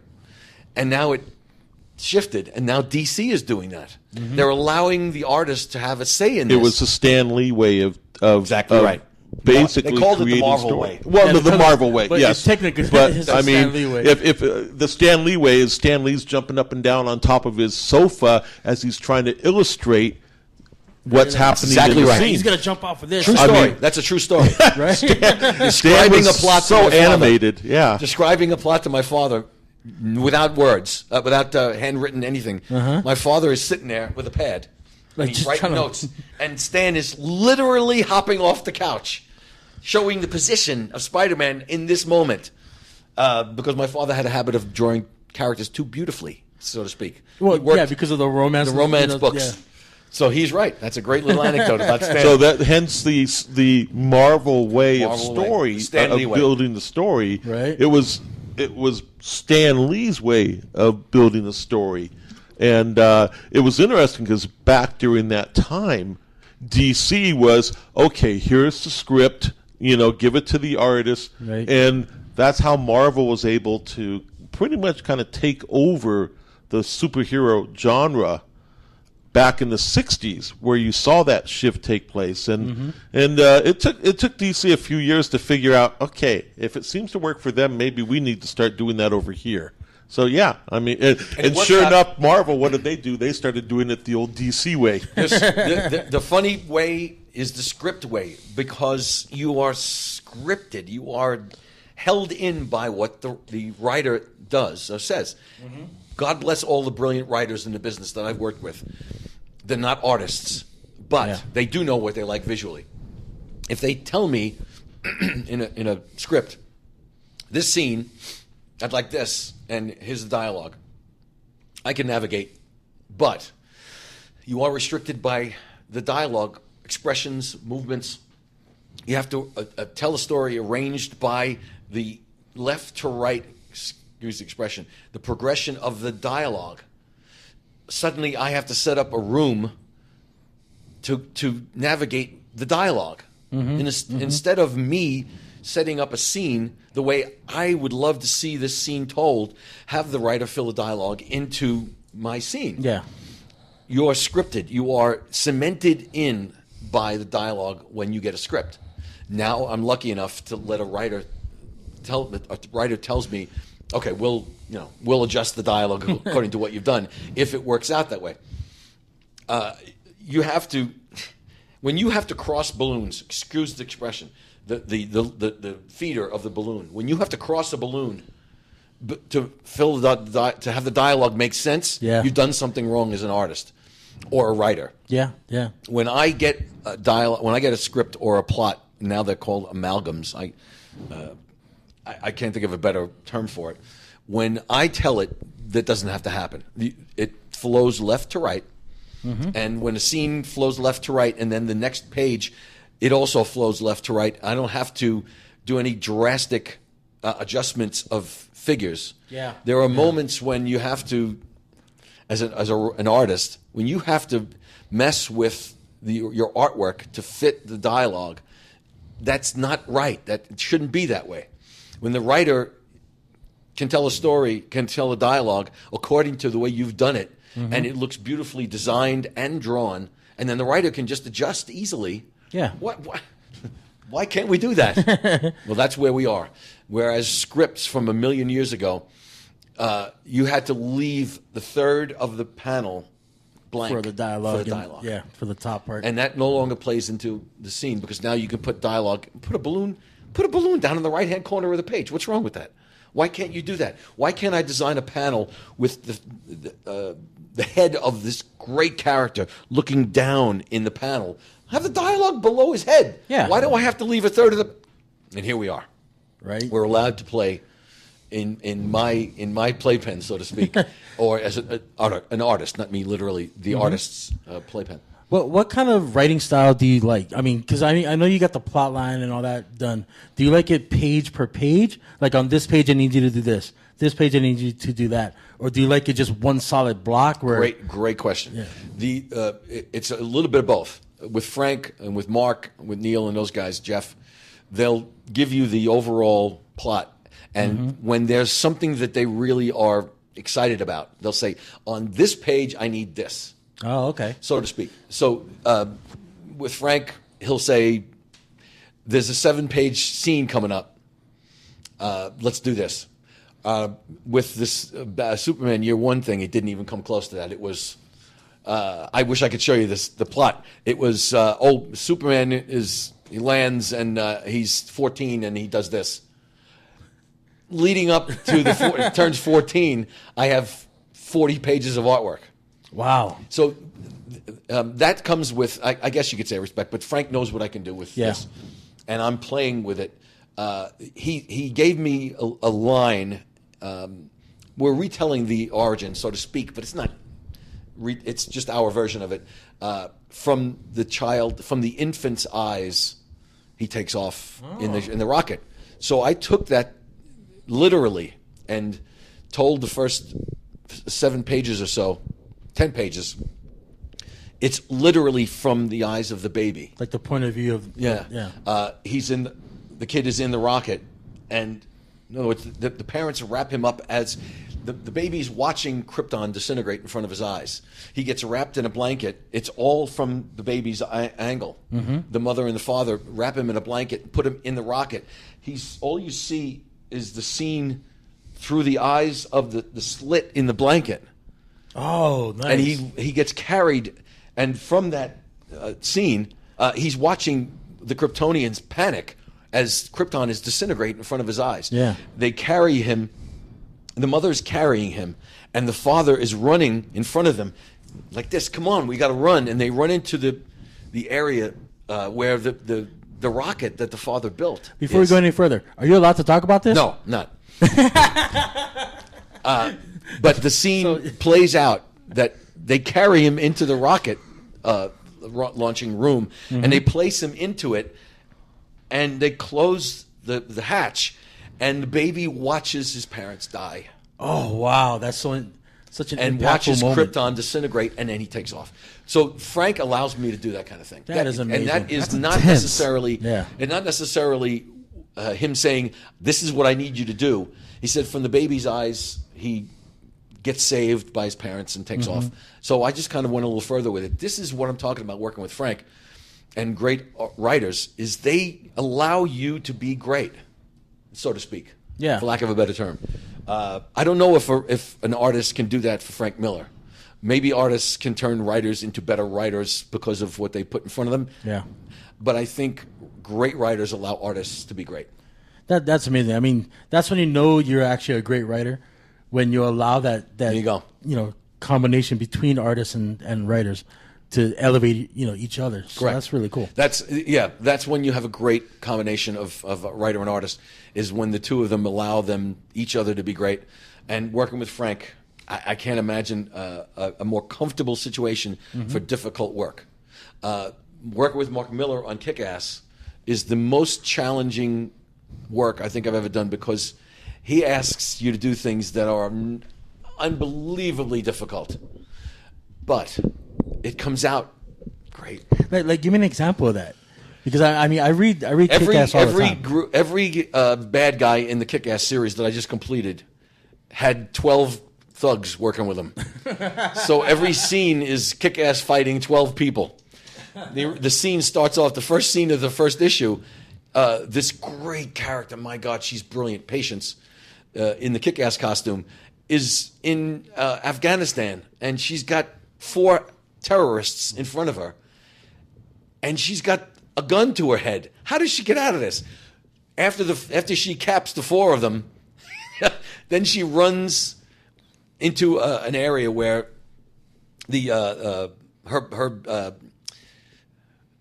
friend is dying. So the 2 of them, after they cap the 4 guys, and they get into a truck and they have to drive through terrorists, hundreds of terrorists. Hundreds. See, Mark, this is going to be easy. Oh, yeah. Oh, by the way, the helicopter comes down and saves their asses so they can get out of Afghanistan. Oh, yeah, and they're being chased by is there any way it's just one bad guy?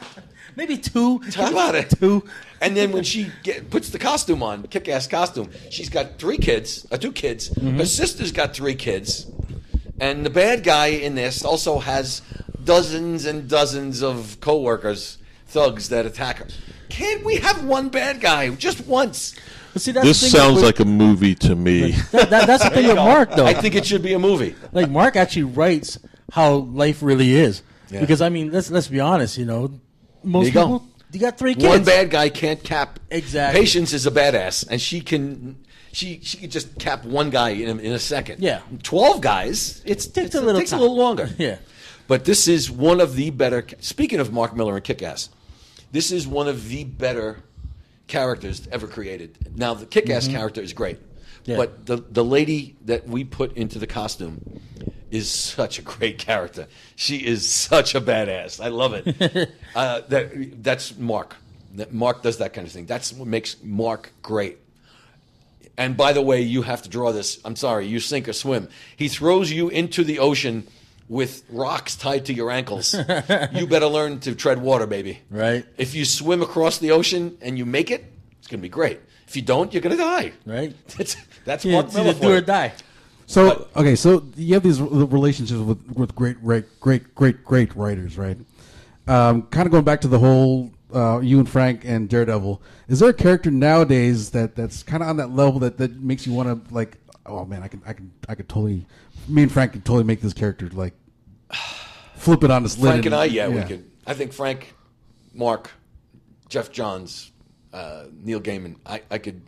The 2 of us could pick SpongeBob SquarePants and make it a great. Oh man. Like what character would you want to work on? Now that you got so many characters that you've done, iconic Spider-Man, Superman. What's Thor. next on the list? I guess. Yeah, is like the question. My own creations, I guess I could say. I'm working on something called Schmuggy and Bimbo with Howard Chaykin. Oh yeah, I got the first issue done. And you did? Oh, nice. I got the first issue done, but it's been a year since I finished it.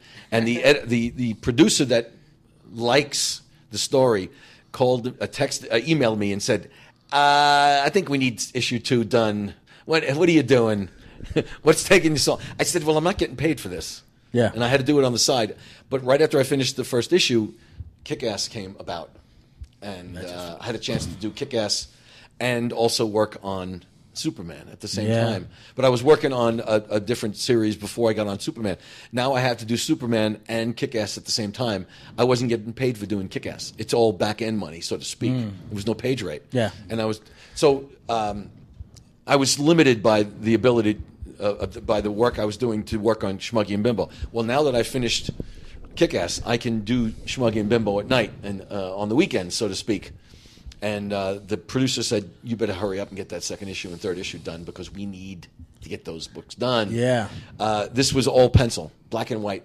I came up with a premise. I came up with a treatment and went to Howard Chaykin, bless his heart for being so patient. And I pitched it to him, and he loved it and came up with his additions to it. This is the coolest. Yeah, this is the coolest thing ever. I remember you mentioned that when you called us that first time. That's right. Schmuggy Bimbo, and it's based off of people that you knew, right? Like your uncles. Yeah.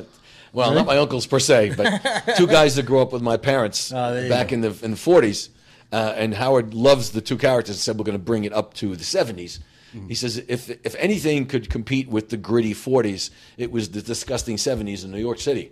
and Howard just added little brushes of his brilliance to it. And God bless him for being so patient. Talk about brilliant writers. I get a chance to work with Howard Chaykin. Yeah. I apologize for not mentioning him with those other guys. But Howard is an artist that became a brilliant writer. Oh. That's what Frank is. For lack of being artists, Neil Gaiman and Mark Miller are not artists first. But Howard Chaykin and Frank, they are similar in their grittiness, their ability to get down and dirty. This first issue is about as good as it gets. It's black and white, and it's all pencil. And I used every side of the pencil, dark, charcoal, everything I can. And the gray wash edition is going to be Dean White's brilliance. It's not going to be in color. It's going to be gray wash. Oh, love it. He's going to play with it. And now, interestingly, the technology has improved. He can do more with his pad, his tablet, than most people can do now. But 10 years ago, couldn't do that. Now that we have this ability, technology-wise, it's going to be stunning. Now I can also adjust, because things have changed in the last year. I can do more with pencil than I could than the appearance a year ago. I know what I can do with it now, and I can see how it's printed because I did this the Kick-Ass thing with Peter Steigerwald. Peter took it and used his color tablet. Well, now we're doing black and white, and Dean White is going to just gonna kill kick this. So basically, what you're talking about is you went from pencils straight to colors versus the pencils to inks to colors. Correct. Yeah. Correct. So it kind of sped up the process and also changes a little bit of the creative aspect of it. Yeah. Do you have a release date on that yet? The Schmuggy and Bimbo? Yeah. When I get my fat ass done with the third issue. You just said fat ass. Excuse the expression. He's got like 2% body fat, by the way. I don't know if it's the third issue or not. Image, which is going to publish this, I'm hoping, nice. Needs a certain amount of issues in the bag can. before they start, which is only fair. Anybody would do the same thing. If DC sees it and they want it, you should have more than one issue done, especially considering the difficulty of the work and the fact that I'm doing other things. Marvel would do the same thing under their Icon label. You got to do more than one issue, which is what Kick-Ass originally was at. Yes, it was and actually Icon label, which is now over at Image. Yeah, I pitched the Schmuggy and Bimbo idea to Icon when I first came up with the idea. They loved it, and now I don't think that's going to happen because of I'm over at DC. I don't think the DC guys would allow me, because they do allow me to do creator-owned stuff. Yeah, they get right of refusal. We'll see what they say. Maybe they'll love it and put it in Vertigo. I don't know. Well, the fact is, you also have several other publishers out there that are established publishers that, excuse the expression, but they would give certain body parts to be able to bring they got their hooks in the pond. Yeah. They want to pull you to up. their label. Yeah. And the premise is not so shocking anymore because there's so much wildness being done. Listen, we did Kick-Ass. The little girl says the C word. That could never be done in comics 10 years before that. So here we are. But now the underground comics, for lack of a better expression, are creator-owned. You can do anything with creator-owned. And now Schmuggy and Bimbo would not be shocking anymore, which makes me want to shock people all the more. I'm about to say, it still might be shocking. So how are we on time? I don't want to be imposing on your schedule. My wife is texting me. Where are you? Tell me what radio. You didn't tell me what radio station. So my wife is interested in me. It's an hour and a half. Let's do another 7-8 minutes. And Well, basically, we got to cut out at 12 for a 12:30 meeting. Okay, so we have till 12 o'clock? We have till You 12. can put up with my bullshit for another half hour? Yeah. By the way, what was your wife's name? Kathy. You can go ahead and check us out on DefTal Radio. It's a free app. It's a free app on your phone. It's DefTal Radio. It's a free app on your phone, so go ahead and download that.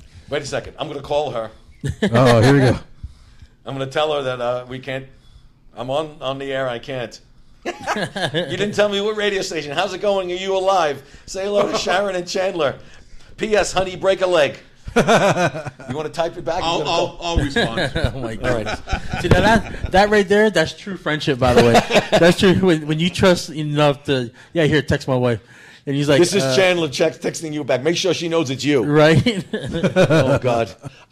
We got time as long as we can get to the next meeting. Cool. My wife Kathy is. I've got to say, for a person that's not an artist, she's the one that put a gun to my head and said, "You got to do Kick-Ass." She says, "You can't pass up a chance to work with Mark. You did so well on Wolverine with Mark," and she met Mark, loves Mark, and loves his children. Yeah. She says, I was hesitating because it was a creator-owned thing. This is 10 years ago. I was hesitating because I'd never done that before. And it's not a paid gig either. No, you get paid later. Yeah. And she says, "Are you out of your effing mind? You're really taking a chance. You always wanted to do something different. How could you not want to do this? This is different. This is different." Yeah. And she was right. My beautiful wife, she's gorgeous and she's also brilliant.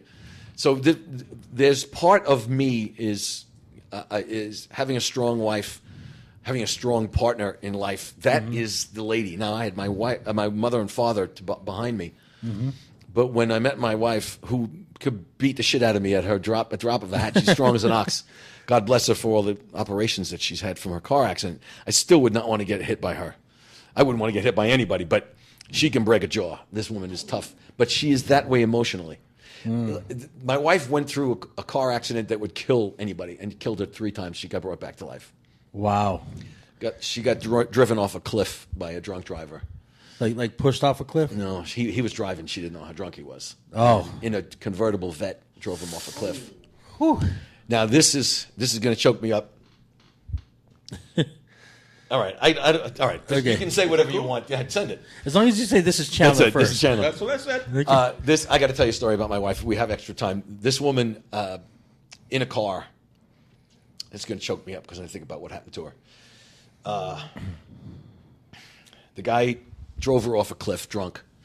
She had her foot on the dashboard just because she was comfortable. No seatbelt. He had a seatbelt and he died. She, driving off the cliff, off in the air, had the wherewithal to push herself out of the car. Wow. Like with her feet, She pushed ejected herself out. He died, and she was dead when they found her. They brought her back to life 3 times, and now she's still with me. You don't get tough like that from the average human being. She's had 44 operations since then.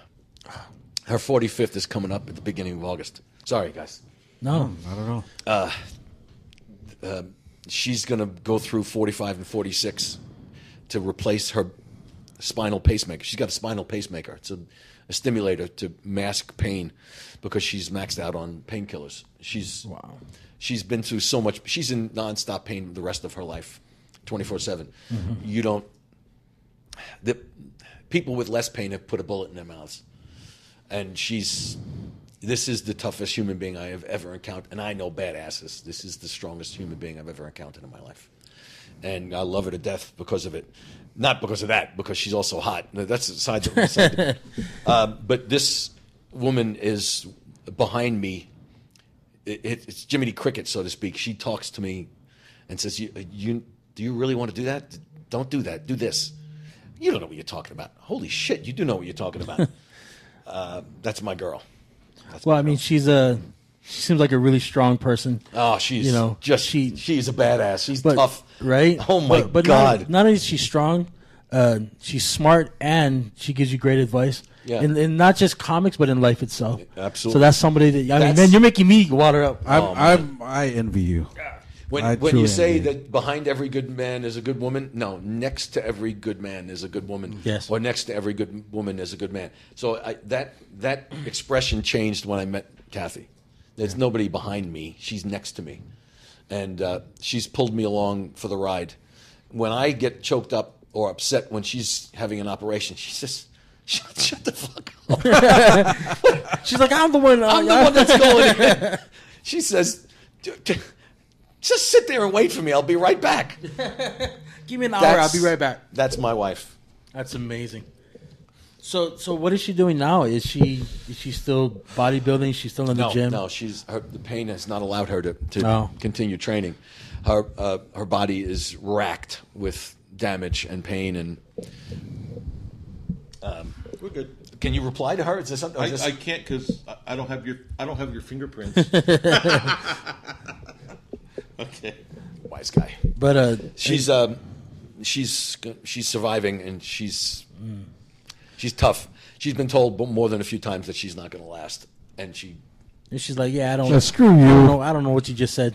But when I come back from playing softball, I stopped playing softball at her behest. She said, either you stop playing softball or you're never going to see me naked again. I think I can. Yeah, you throw that ball down as hard as you can. Okay, honey, whatever you say. Here I have my bat. Here I have my hat. I don't want it. nothing Just my to do glove. with it. But when I have an injury in any way, shape, or form, and I go to get a little bit of empathy from her. Nope. Sorry, you have pain? Shut up. I don't want to hear. Now, emotionally, if something happens in the family, her heart breaks. But you don't get any kind of sympathy from a woman that has put up with this kind of pain all of her life. This is the toughest human being on the face of the planet. I don't care what anybody says. Well, nothing but respect for her, you know. I wish you were here with us, but you go take care of business, because she'd be talking like this. She would give me the mic, honey. Right, like we wouldn't even be here. Like, it would just be you two sitting here That's talking right. to you. So I mean, she at the hotel right now. She's just getting ready. She is, and my stepson, her son, and my daughter-in-law were celebrating her birthday as well. So they came over. They drove over to hang out for us a couple of nights, and we got stupid last night. We're gonna get stupid tonight. Right? Are you living in California now? We are moving. In the okay. process, trying to sell our house and move to Laguna Beach, where nice. my stepson Tony and his wife Reagan and their son Caden. These are three great people. My son Tony, I say my son Vinny is my blood son. My son Vinny is learning from this guy. This guy is another great guy. This is my son's son from a different husband. But you mean this is your son, your wife's son from a different husband? From a different husband. Did I just See, say that wrong? I was going to say, Vinny hasn't had a son yet. No, Vinny is my boy, and Vinny is my pride and joy. But this guy, Tony, is a great guy. You know, the funny thing is, like, hearing all your stories, you got Joey that didn't pay you for 6 months. You got Vinny, his son. Vinny, Tony. Well, funny, Kathy's other son from Tony's brother is Joey. His name is Joe. So we got Tony, Joey, and Vinny. Right. My three guys. I put them against anybody. My three. The guy that stole from me was named Joey as well, but that's... Yeah. But it's like one of those, like, it's so... Like, your whole life is so ingrained with the New York style, you know. Yeah. I love it. Funny no matter enough, where you are. My wife's ex-husband is a short Italian guy from New York as well. See? She's got good taste. What can I say? She's got great taste. But, that's awesome. So, I mean, were you staying in Arizona for a little while? We were. We were in that Arizona and New Mexico. My father-in-law lives in New Mexico, and we stayed there for part of the winter. Mm-hmm. And we stayed in California for part. And because the house probably won't sell before we move. I'm hoping that it does, but even if it doesn't, we're going to be out in California by the winter anyway. The winters in New York. I'm a New York boy, but I hate New York winters. Sloshy. They cold. suck. Oh my God. They suck out loud. I used to live in Jersey, so I know. You guys know. And listen, I'm waiting for global warming to kick in. It has. I so love the West Coast. So what made you decide to move out to California? My wife is from there originally. Oh, okay. And when I met her, we met in San Diego. I lived in California for 9 years after meeting her. Mm-hmm. We lived there. And then we probably would have moved to New York sooner, but my son was born. Thank God. This is another great story. We were told she could never have children again. And she had a son. They were told she seriously is a miracle person. Is. And Vinny is a miracle as well. And he is the way he should be. He's a miracle man.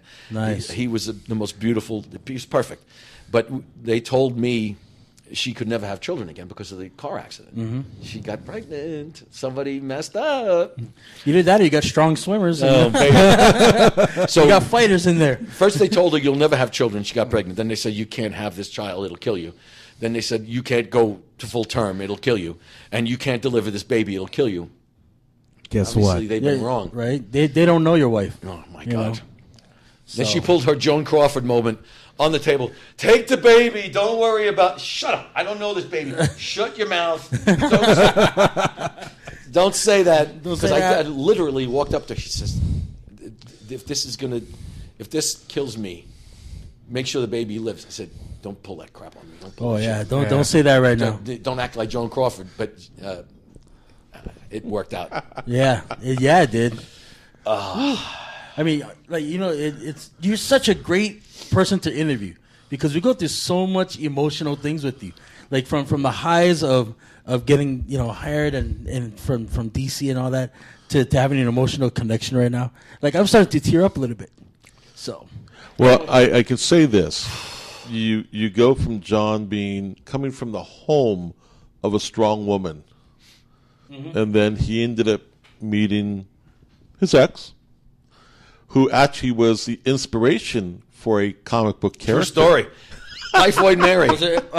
Really? Wow. Really? I'm sorry. That's why I had to lead it. I had to lead right into that. Perfect segue. This I got to hear. All right. Terrible marriage. Just a complete maniac who got into drugs and alcohol, made it even worse. My parents thought that I was going to get killed. They thought she was going to cut my throat in the middle of the night. Not too far away from the truth. So while I'm working on Daredevil, Ann Nesenti, another strong woman, comes up with a premise for Typhoid Mary. The name, she says, this character, Typhoid Mary, she's a suicidal, homicidal maniac. My ex-wife comes out of the bathroom dressed in her outfit. There you are. Holy shit! I got a great idea. So I start drawing, and when Ann Nesenti went bananas, she says, "This is great." So, and listen, Typhoid Mary had a couple of redeeming features. I think she's still around. They're going to use her. Mm-hmm. Don't ask me. So, a suicidal, homicidal maniac. Just a couple of more soft moments than my ex-wife. Oh, man. I'm sorry. And I'm sure hence, he then went back to the strong woman again. Yeah, so we're back to the strong woman again. Yeah, that's true. That's awesome. I learned from... Never a dull moment, is there? See, now when I bring that comic to you to get signed later on, probably at San Diego, whatever, it has a whole new meaning to it now. You know what I mean?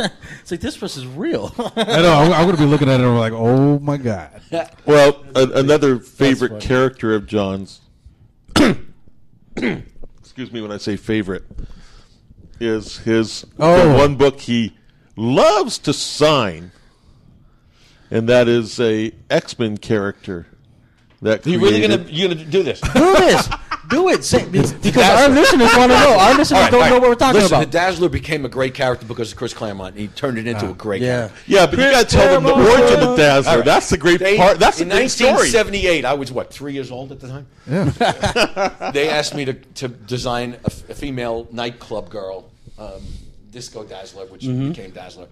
And they said to me, you go to clubs all the time. Yes, I know what a great club girl would look like. So I designed Dazzler to look like Grace Jones, who to this day still looks as hot as she did in 1978. Oh, yeah. She's stunning. And short, buzzed head, because at the time I think Grace Jones had shaved her head. I don't remember if it was shaved or just buzzed. And they loved it. But what happened was, at that time, Bo Derek had just finished 10. Right? And she was the girl. She was it. Now, Yeah. there are beautiful women in the world. Bo Derek was as hot as anybody in the world. She's gorgeous. 10. But I wanted Grace Jones. That's those. You go to nightclubs in New York City. That is what you see in New York City. Beautiful women, with the short hair and the crazy outfits. I wanted Grace Jones, and they said Neil Bogart, who was the head of Casablanca Records, is going to fund this film. Ooh. If we make a film, he wants Bo Derek. Sorry. So it was a blonde, blue-eyed, white chick. I wanted Grace Jones. Sorry, it worked out okay.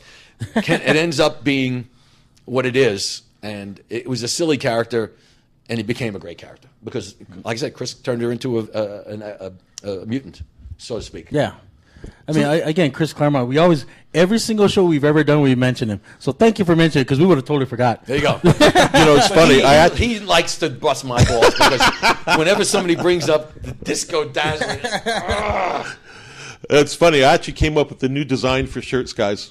I mean, Free, you're wearing the first one, the first in the disc, but the next one would be the logo would be on the front. On the back would be my picture with a thought bubble that says, "Where do I start?" There you go. And then Quincy. We talked about that last time. I know. And then it'll be Quincy's picture.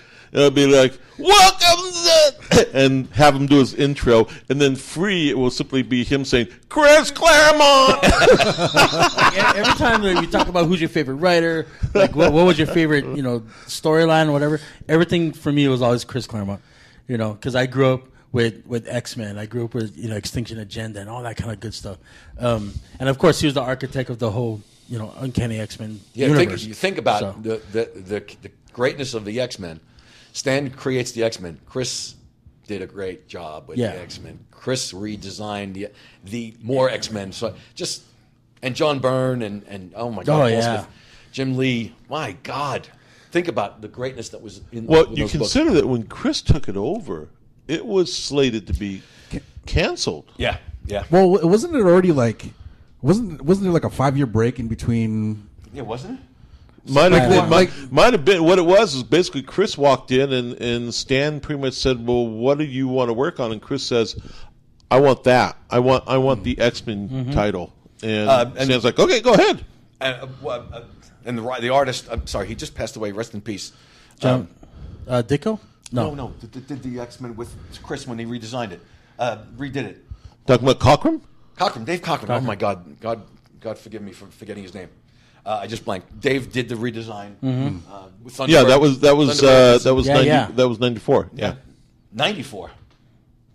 74? 74. X-Men. Oh, X-Men issue number. Issue number. Issue number. Oh, okay, I was like, It's like, What? Wait, what are we talking Sorry about? about that. I didn't mean a year. Right. I was referring to the issue number. yeah, all three of us were like, what? Have you 93, worked 94. with Chris? With Chris Claremont? I'm sorry, have I worked with him? Yeah. Yeah, on the X-Men. Like on X-Men, right? Yeah. Any other We were projects that actually you talking worked about that. I don't we were think I've actually done talking about anything that else yesterday. other than the X-Men with Chris. Do you remember how many issues you did with him? I don't remember. 2 million? Yeah, that's about right. Talk about learning from working with somebody. That was such a... I worked with a couple of guys on Iron Man, Dave McElhinney, and nice. Spider-Man. I worked with... who was the first writer on Spider-Man with me? He also passed. I forgot his name. So talk about getting experience from working with somebody. Chris played really. no small part in my development just from working with him. He's only a couple of years older than me at the time, but he had already been established for so long. Yeah. Then working with John Byrne, another guy. Man. I got a chance. The first time I ever was given latitude with a plot, John Byrne gave me, when he worked on Iron Man with me, he gave me one sheet, 1 page typewritten, maybe a little bit more than the next. He said, knock yourself out. I know what you can do. I would hug him and kiss him if he wasn't such a big, ugly guy. But he actually Well, you hug and kiss Chandler, so it's all right. John Byrne is the first writer I ever worked with that gave me top billing in a book. That is so amazing. That was because he was an artist. He knew. Yeah. And working with him was such a pleasure on that run of Iron Man. Oh my God, we did the Living Laser over and I remember that. Fin Fang Foom. Yep. This was John saying, "Now think, John." He says, "Fin Fang Foom is gigantic. Don't forget." And the Mandarin. Oh man, everything was stupendously large. Yeah. And he gave me top credit. That was the first time I've ever had that happen to me. It hasn't happened since, except when Gray Area becomes a film, I'm going to get top billing because I came up with the premise. That's awesome. The writer, Glenn Brunswick, I told him, you don't have a choice, big guy. Sorry. Anyway, so John Byrne gave me top billing on that Iron Man book, and I never, ever will ever be able to thank him enough for that. I mean, that's the kind of, and that's another reason why I love this industry so much, is because these artists, like say John Byrne or Buscema or all these guys, they've been through the ringer just like everybody else. Right. So when they see a talented guy like yourself coming up through the ranks, they know that you've done your part. Okay, I accept that because that's probably true when they can see what they like. Yeah. What is good. Chris could see it, although Chris was a little begrudging at the time because I was following Paul Smith, and Chris was having a lot of fun with Paul Smith. Yeah. Just fantastic stuff. So he was loath to have a new guy on, especially a rookie, so to speak. But and I remember John Byrne calling me up. He says, "You're really going to work on X-Men?" Yeah. He says, "It's going to burn you out in 4 issues." I lasted 4 years. He says, He says, working with Chris on the X-Men is tough as it gets. And he didn't say anything bad about Chris. I don't know what their personality problems were at the time. I don't know. He didn't say anything bad about Chris. He said, "It's going to kill you. It's tough." Like he's a hard writer. It's a difficult road to hoe. And Chris, I survived Chris, just like surviving Mark Miller. You survive Chris, comes out great. That book could, let me tell you something. I take no great pride in doing that, and that it sold so well. My grandmother, who was dead at the time, could have penciled that book and it would have sold 300,000 copies a month. It's the truth. That book sold itself. Chris and the X-Men. That book was selling itself. Yeah. Paul Smith was selling it. John Byrne was selling it. But the characters made that great. You can't go wrong. Nobody sells those kind of numbers anymore. Jim Lee did when he was doing it. Was the highest selling book in the history of comics at the time. Like 8-point-something million. I mean, you'll never see that number again. Ever. Because it had 12 different covers and I by the way, I was corrected on something when you talk about we talk about the X-Men book being the largest selling book, but I was actually corrected by Todd McFarlane. What did Todd say? Todd actually holds the Guinness Book of World Records for being the highest selling creator because he wrote and drew the Spider-Man book when Spider-Man 1 first came out. Yeah. So that was the category of creator. Oh yeah, that's Todd McFarlane. Goes to Todd, but because you had Jim and you had Chris, who each had their, So it was interesting when I saw Todd back in June. He happened to mention that. So it's funny you bring up the X-Men and that hump. That was supposed to be my book. You can't argue with success. Like seriously, at the time, was it supposed to be? To me, they should have given it. Oh, okay. I was like, because I was doing Spider-Man. Todd had not done Spider-Man for a while. Yeah. Anyway, I joke about it, but I always want to put my fist into Bob Harris's face and say, "Why didn't you give me that book?" I was like, "That could have been my book." And then I had done X-Men, and they gave that issue to Jim, and they gave Will Portacio the other book. Wait.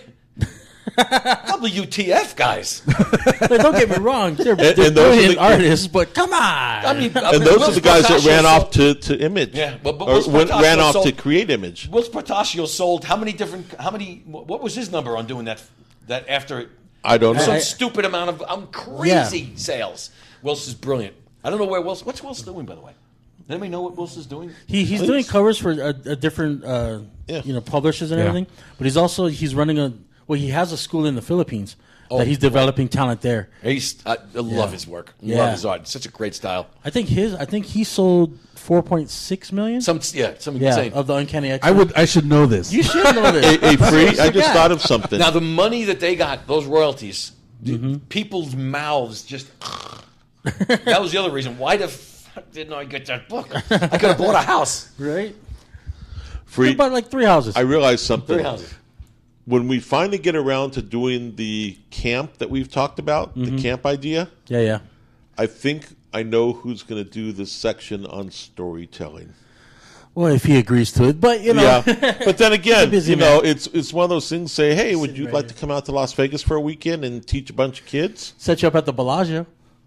There you go. Can't argue with that. Right? Yeah, okay, fine. Definitely. Yeah, we're talking about doing a summer camp for I have kids my price. on how to on creating comic books and stuff and doing art. Yeah, especially you're going to be only in Laguna, so that's only a couple hours away. There you go. That's it. I'm just saying, it'll work out. I would really enjoy. Now the drawing part in front of the class, I could talk for 10 hours straight, but the drawing part. Well, it's just you're gonna have to come up with something. Like the story, to me, it's just like the story you told here, talking about how you as a child were learning about storytelling. They're going to want me to do drawings while I'm talking. Right, they're going to want you to do that. They're going to put a big thing on. But the funny part, when I've done that in the past, I get it in front of a large crowd of people and I get a big pad, I'm talking so much. I'm so full of bullshit that the artwork gets lagging. And oh yeah, I have to draw. Oh shit, I'm sorry. I'm talking. You I'm had too a much session fun. at the DC booth 2 years ago. Yes. You had the session at the DC booth where they had you working on the. Yeah. Or was that last year? Were you doing sketches at the DC booth?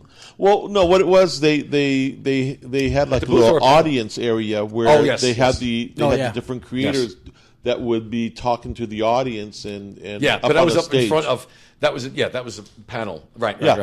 But I'm always up with other artists, and I hate to try and compete with the other guys. So I just draw a cartoon of a hungover, obese Superman with his shirt up around his belly and a beer can in one hand, because I don't want to compete with the other guys. Are you going to be at San Diego this year? No, I'm not. No. No, wow, this is like the first time in years, huh?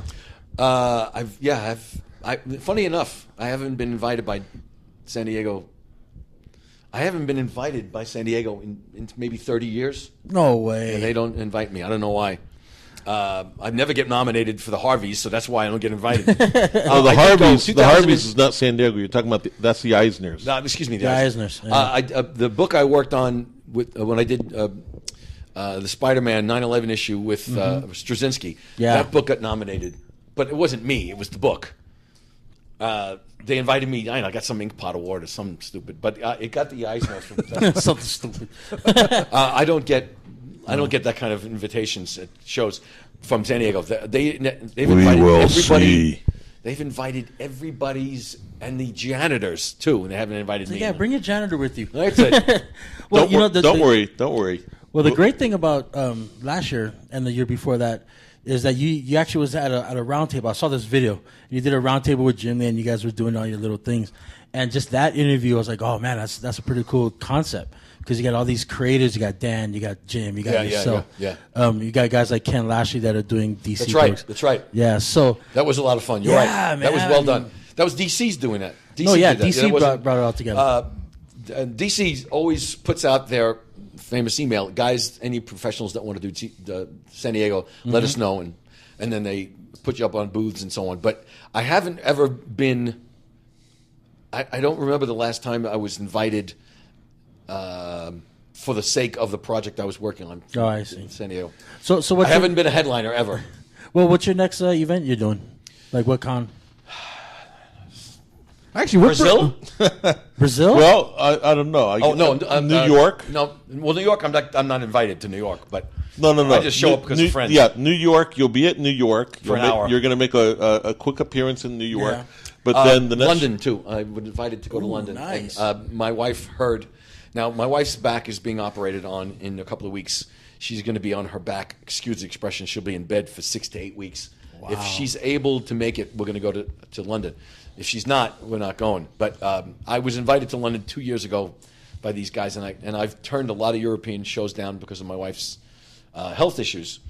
But we're going to London and possibly in October, and then we Brazil in December. See, I'm thinking to myself, screw San Diego, screw New York. You already been there. You're going to live there.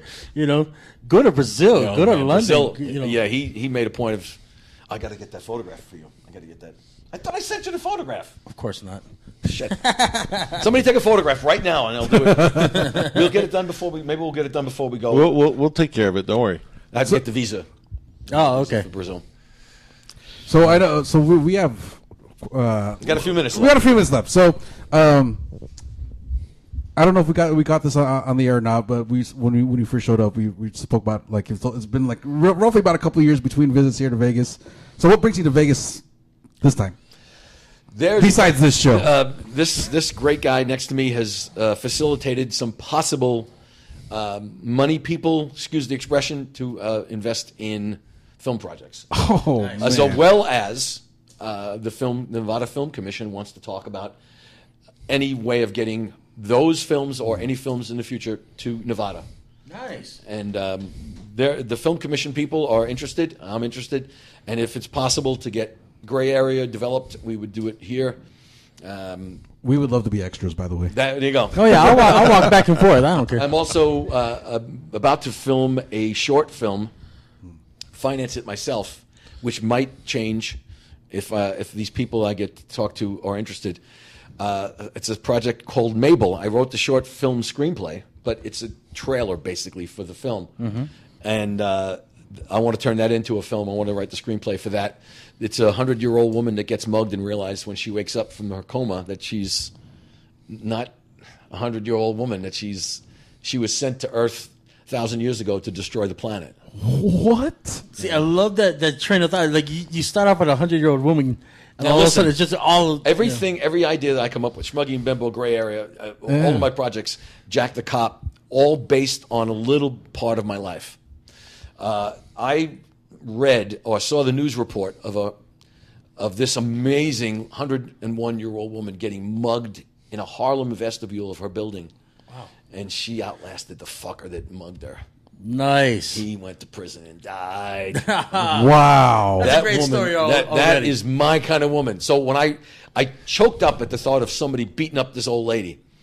She survived. She woke up, and I said, I got to do something. I wrote it down, and I just came up with the premise.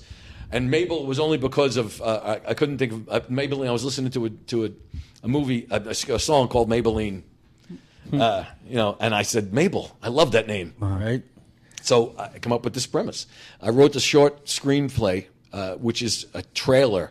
It's a 5-minute story. And my wife is going to play the nurse that pushes Mabel around. And Mabel doesn't realize it when she lives in a nasty section of Los Angeles. I was going to do Harlem, but my partner wants to do it out in Los Angeles. There's no crime around her home, her what do you call it, nursing home. Yeah. No crime, because she's blasted every punk in existence. Every time they come up, every time she sees anything, zaps them, disintegrates them. Nice. Doesn't know who she is. There's an extraterrestrial twist to this. The nurse is the other alien that was sent to Earth. Doesn't realize who she is because when Mabel lost her memory 1,000 years ago for whatever reason, the nurse lost it too. The two of them came to Earth. One came to destroy it. One came to save it. We don't know which is which. Say no more. Say no more. Yeah, leave it there. Leave it there because, oh, God, wow, that's a great story. That's going to be amazing. Now, Neil Gaiman came up with the premise of the second nurse, the second character. So Neil gets a lot of credit for the furthering the story. Yeah. I went to Neil with a chance to work on it a couple of years ago, and he loved the idea but didn't have the opportunity, and said, take this idea with you. This will help. Take this with you, and it's all yours. But Neil would get credit for it. Oh, that's awesome. For adding the nurse and the idea of somebody coming to stop her. So which one is which? Right. When she wakes up and talks to the nurse, and the nurse wakes up with her, they don't know which was like who who's was supposed to do what, right? So, well, getting back to it, so you're here for some meetings with some whales. Hopefully, the people will, and it'll facilitate the Nevada Film Commission people, the film office, that will maybe help with getting these investors. Yeah. This great guy here, Chandler Rice, and his wife have helped out. Have meeting of the minds. They've gotten people involved that might want to invest, and if it works out, the good thing is that if you get one person willing to invest, it brings them all to in. Honey. Yeah, absolutely. Hopefully that will work that way. But also, are you going to be doing any signing while you're here? Yes, sir. On Sunday, and I think I'll pass that all over to Chandler. Sunday at 2:00 at Celestial Comics. Yeah. Yes, shameless plug. You are going to have the world famous, the unbelievable, who's coming? talented. Got somebody coming along? and then you're coming in. There you go. There you go. We got to get DJ John's going going to be there. Along. He'll be signing. And, is Wendy going to be there so she can send her over? Wendy, come on over. Is she even in Vegas? She's in San Diego right now. Oh, damn it. Wendy, come on over and do the signing. Anyway, so we'll have John at Celestial Comics at 2:00. So come on out. Wendy, if you're listening, I want to meet you. All the parts of you I've heard. You look fantastic. After the show, we'll get her on Skype or something. Don't call her up. Say, Wendy, where are you? So again, what time tomorrow, is it? What's Sunday? 2:00. 2:00 tomorrow, Sunday, and basically John's gonna be out there to meet the fans and sign and people that look at my stuff too. Yep, have fun. Have fun. So come on out and join us if you're a big John Romita Jr. fan. Even if you're a little John John you're Romita. Yeah, even if you're a little one. Do not take come anything on out seriously. and join us, and let's have fun. Do not take me seriously. I don't take me seriously. Do not take anything I say seriously. But let's have a great fucking time. Yep, Yeah. absolutely. So We might even, who knows, we might find a little tequila laying around. So this is a great story. Tell them the story about the wine and the tequila. Oh, God. wine is a always We got joke. 2 minutes. I always Okay. joke that people say to come to a convention, what do you want from us? Yeah, okay, the quick Bottle of story wine? is this. First time I met John was at a convention in Chicago. Went out and bought him a nice bottle of wine to establish a relationship. Next time we were going to see him was Baltimore. And, of course, I'm like, okay, I got to get John his favorite wine. And so I say to Sharon, do me a favor. We need to find a liquor store. So she pulls up on her phone and she's looking and stuff, and she finds a liquor store, and we're driving around. As I walk into the liquor store, I'm going, okay, I don't know if this is the kind of place that's going to have the kind of wine that he has, because everything is behind bulletproof glass. And basically on one side is Thunderbird, and on the other side is Hillsbury Farm. oh my God, Thunderbird. So at that point, it's like, okay, I'm in the wrong place, and we ended up finding another place, and thank God they had the wine there, and so we brought it to John. And the sad part about it is both times John says, you know what, thank you so much. I'm going to take this home with me, and he gave it to the promoter saying, please ship this home, and it never made it home. Never made it. See, what you should have got them like Bartles and James like wine coolers. That would have made it. Bartles and You know what I James. mean? Like nobody wants Anyway, So that. that's the story. Then I jokingly say to people at conventions, do I want a water? Yeah, but bring tequila with it. And I get little bottles of Patron Silver. every Yes. time. Right? Those little. And people, Yes! people bring them. Now, I have never opened one at a table because that is just a weird, that's not good at a convention. Uh huh. All right, if I find a bottle of that cafe, I'm going to But bring it for you. people know, and it's kind of a wink, wink, nudge, nudge. Yeah, it's a I joke. love tequila, just like I love wine. Yeah. But I'm no alcoholic, and people bring me bottles. Oh my God, people are going to think I'm an alcoholic. Yeah, not only that, it's not just one. You got like 15 of them by the time you're done. Man. But it's a great little story, and I thank him for that bottle of wine because we became dear friends after that. All right, I'm gonna. Before we wrap, I just want to give one last quick story. We were at WonderCon about, what was that, 2 years ago when it was in L.A. instead of Anaheim. 3 years ago. 3 years ago. Okay, so Free and I and our buddy Jeremy were sitting in the back of a panel. It was you, I want to say Brian Chang, who did Batman Beyond, and then a lady. I can't remember who it was. So at the very end, panel wraps, and then like there's this group of kids in front of us that run up to the front to get autographs. And I'm kind of behind them, and then you sign something for him, and then the kid goes, "Who are you again?" And I was like, "Are you serious?" But I was about to just take this hand and put it on the side of that kid's head. I was like, "You got to be kidding me!" I was like, I've "What gotten people saying, "I don't really care for your stuff. Would you sign my book, though?" Oh my!" I don't understand that at all. Listen, it's the business. It's the business. It It is knows, the business. You don't have to like my stuff, but if you sign this book, it might be worth 25 cents instead of 22. Well, I think part of it also is just like what John said. There are other artists out there that are Better draftsman, better draftsmen. by far. And so when you have people that look at art purely from the It's art subjective. standpoint, It's subjective. Absolutely true. Yeah. they're going to sit there and say, I love that. Oh, I hate that. But the problem is they never bother to open up the book to read it. Yeah. And once they read it, then they discover the the beauty storyline. of the Yeah. art. And interestingly enough, I look at my reviews. You know who Bradley Cooper is, the actor? Yeah. He Googles himself so he doesn't get full of himself. He says he wants to hear people say he sucks, Yeah. Oh, and it okay. makes him work Yeah. harder. Well, I've always felt that way, but I read reviews, and my wife says, "Are you out of your mind? Don't read that stuff. People hate you." Thanks, honey. People hate you. No, what she means is the people that don't like you are as loud as the people that like you. Yeah. Yes. And you get the The forum squeaky online. wheels, as you would Right, call like it. you can have 50 people in line, but that one guy that's like, I hate his stuff. That's what you'll see online. That's exactly So- right. So I read that, and it gets me motivated. I'd like to shut this guy up. The people that actually have constructive criticism, brilliant. I love it. It helps.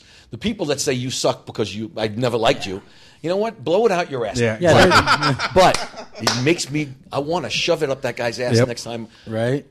It's such a motivation. And when somebody gets online and says, you suck out loud, and I call my mother and say, Ma, did you have to write that email? She's like, yes, I did. By the way, are you eating well? That's a great way to end it on that note. On that note, that is it for our show, folks. We want to thank John Romita Jr. for showing up. Yeah. My pleasure. I have bullshitted for 2 hours. You guys put up with my stuff. You're just getting warmed up, baby. I'm your man, JQ. This is Free. This is Chandler. This is Geeked Out right here at DefTal Radio. We are out. Peace.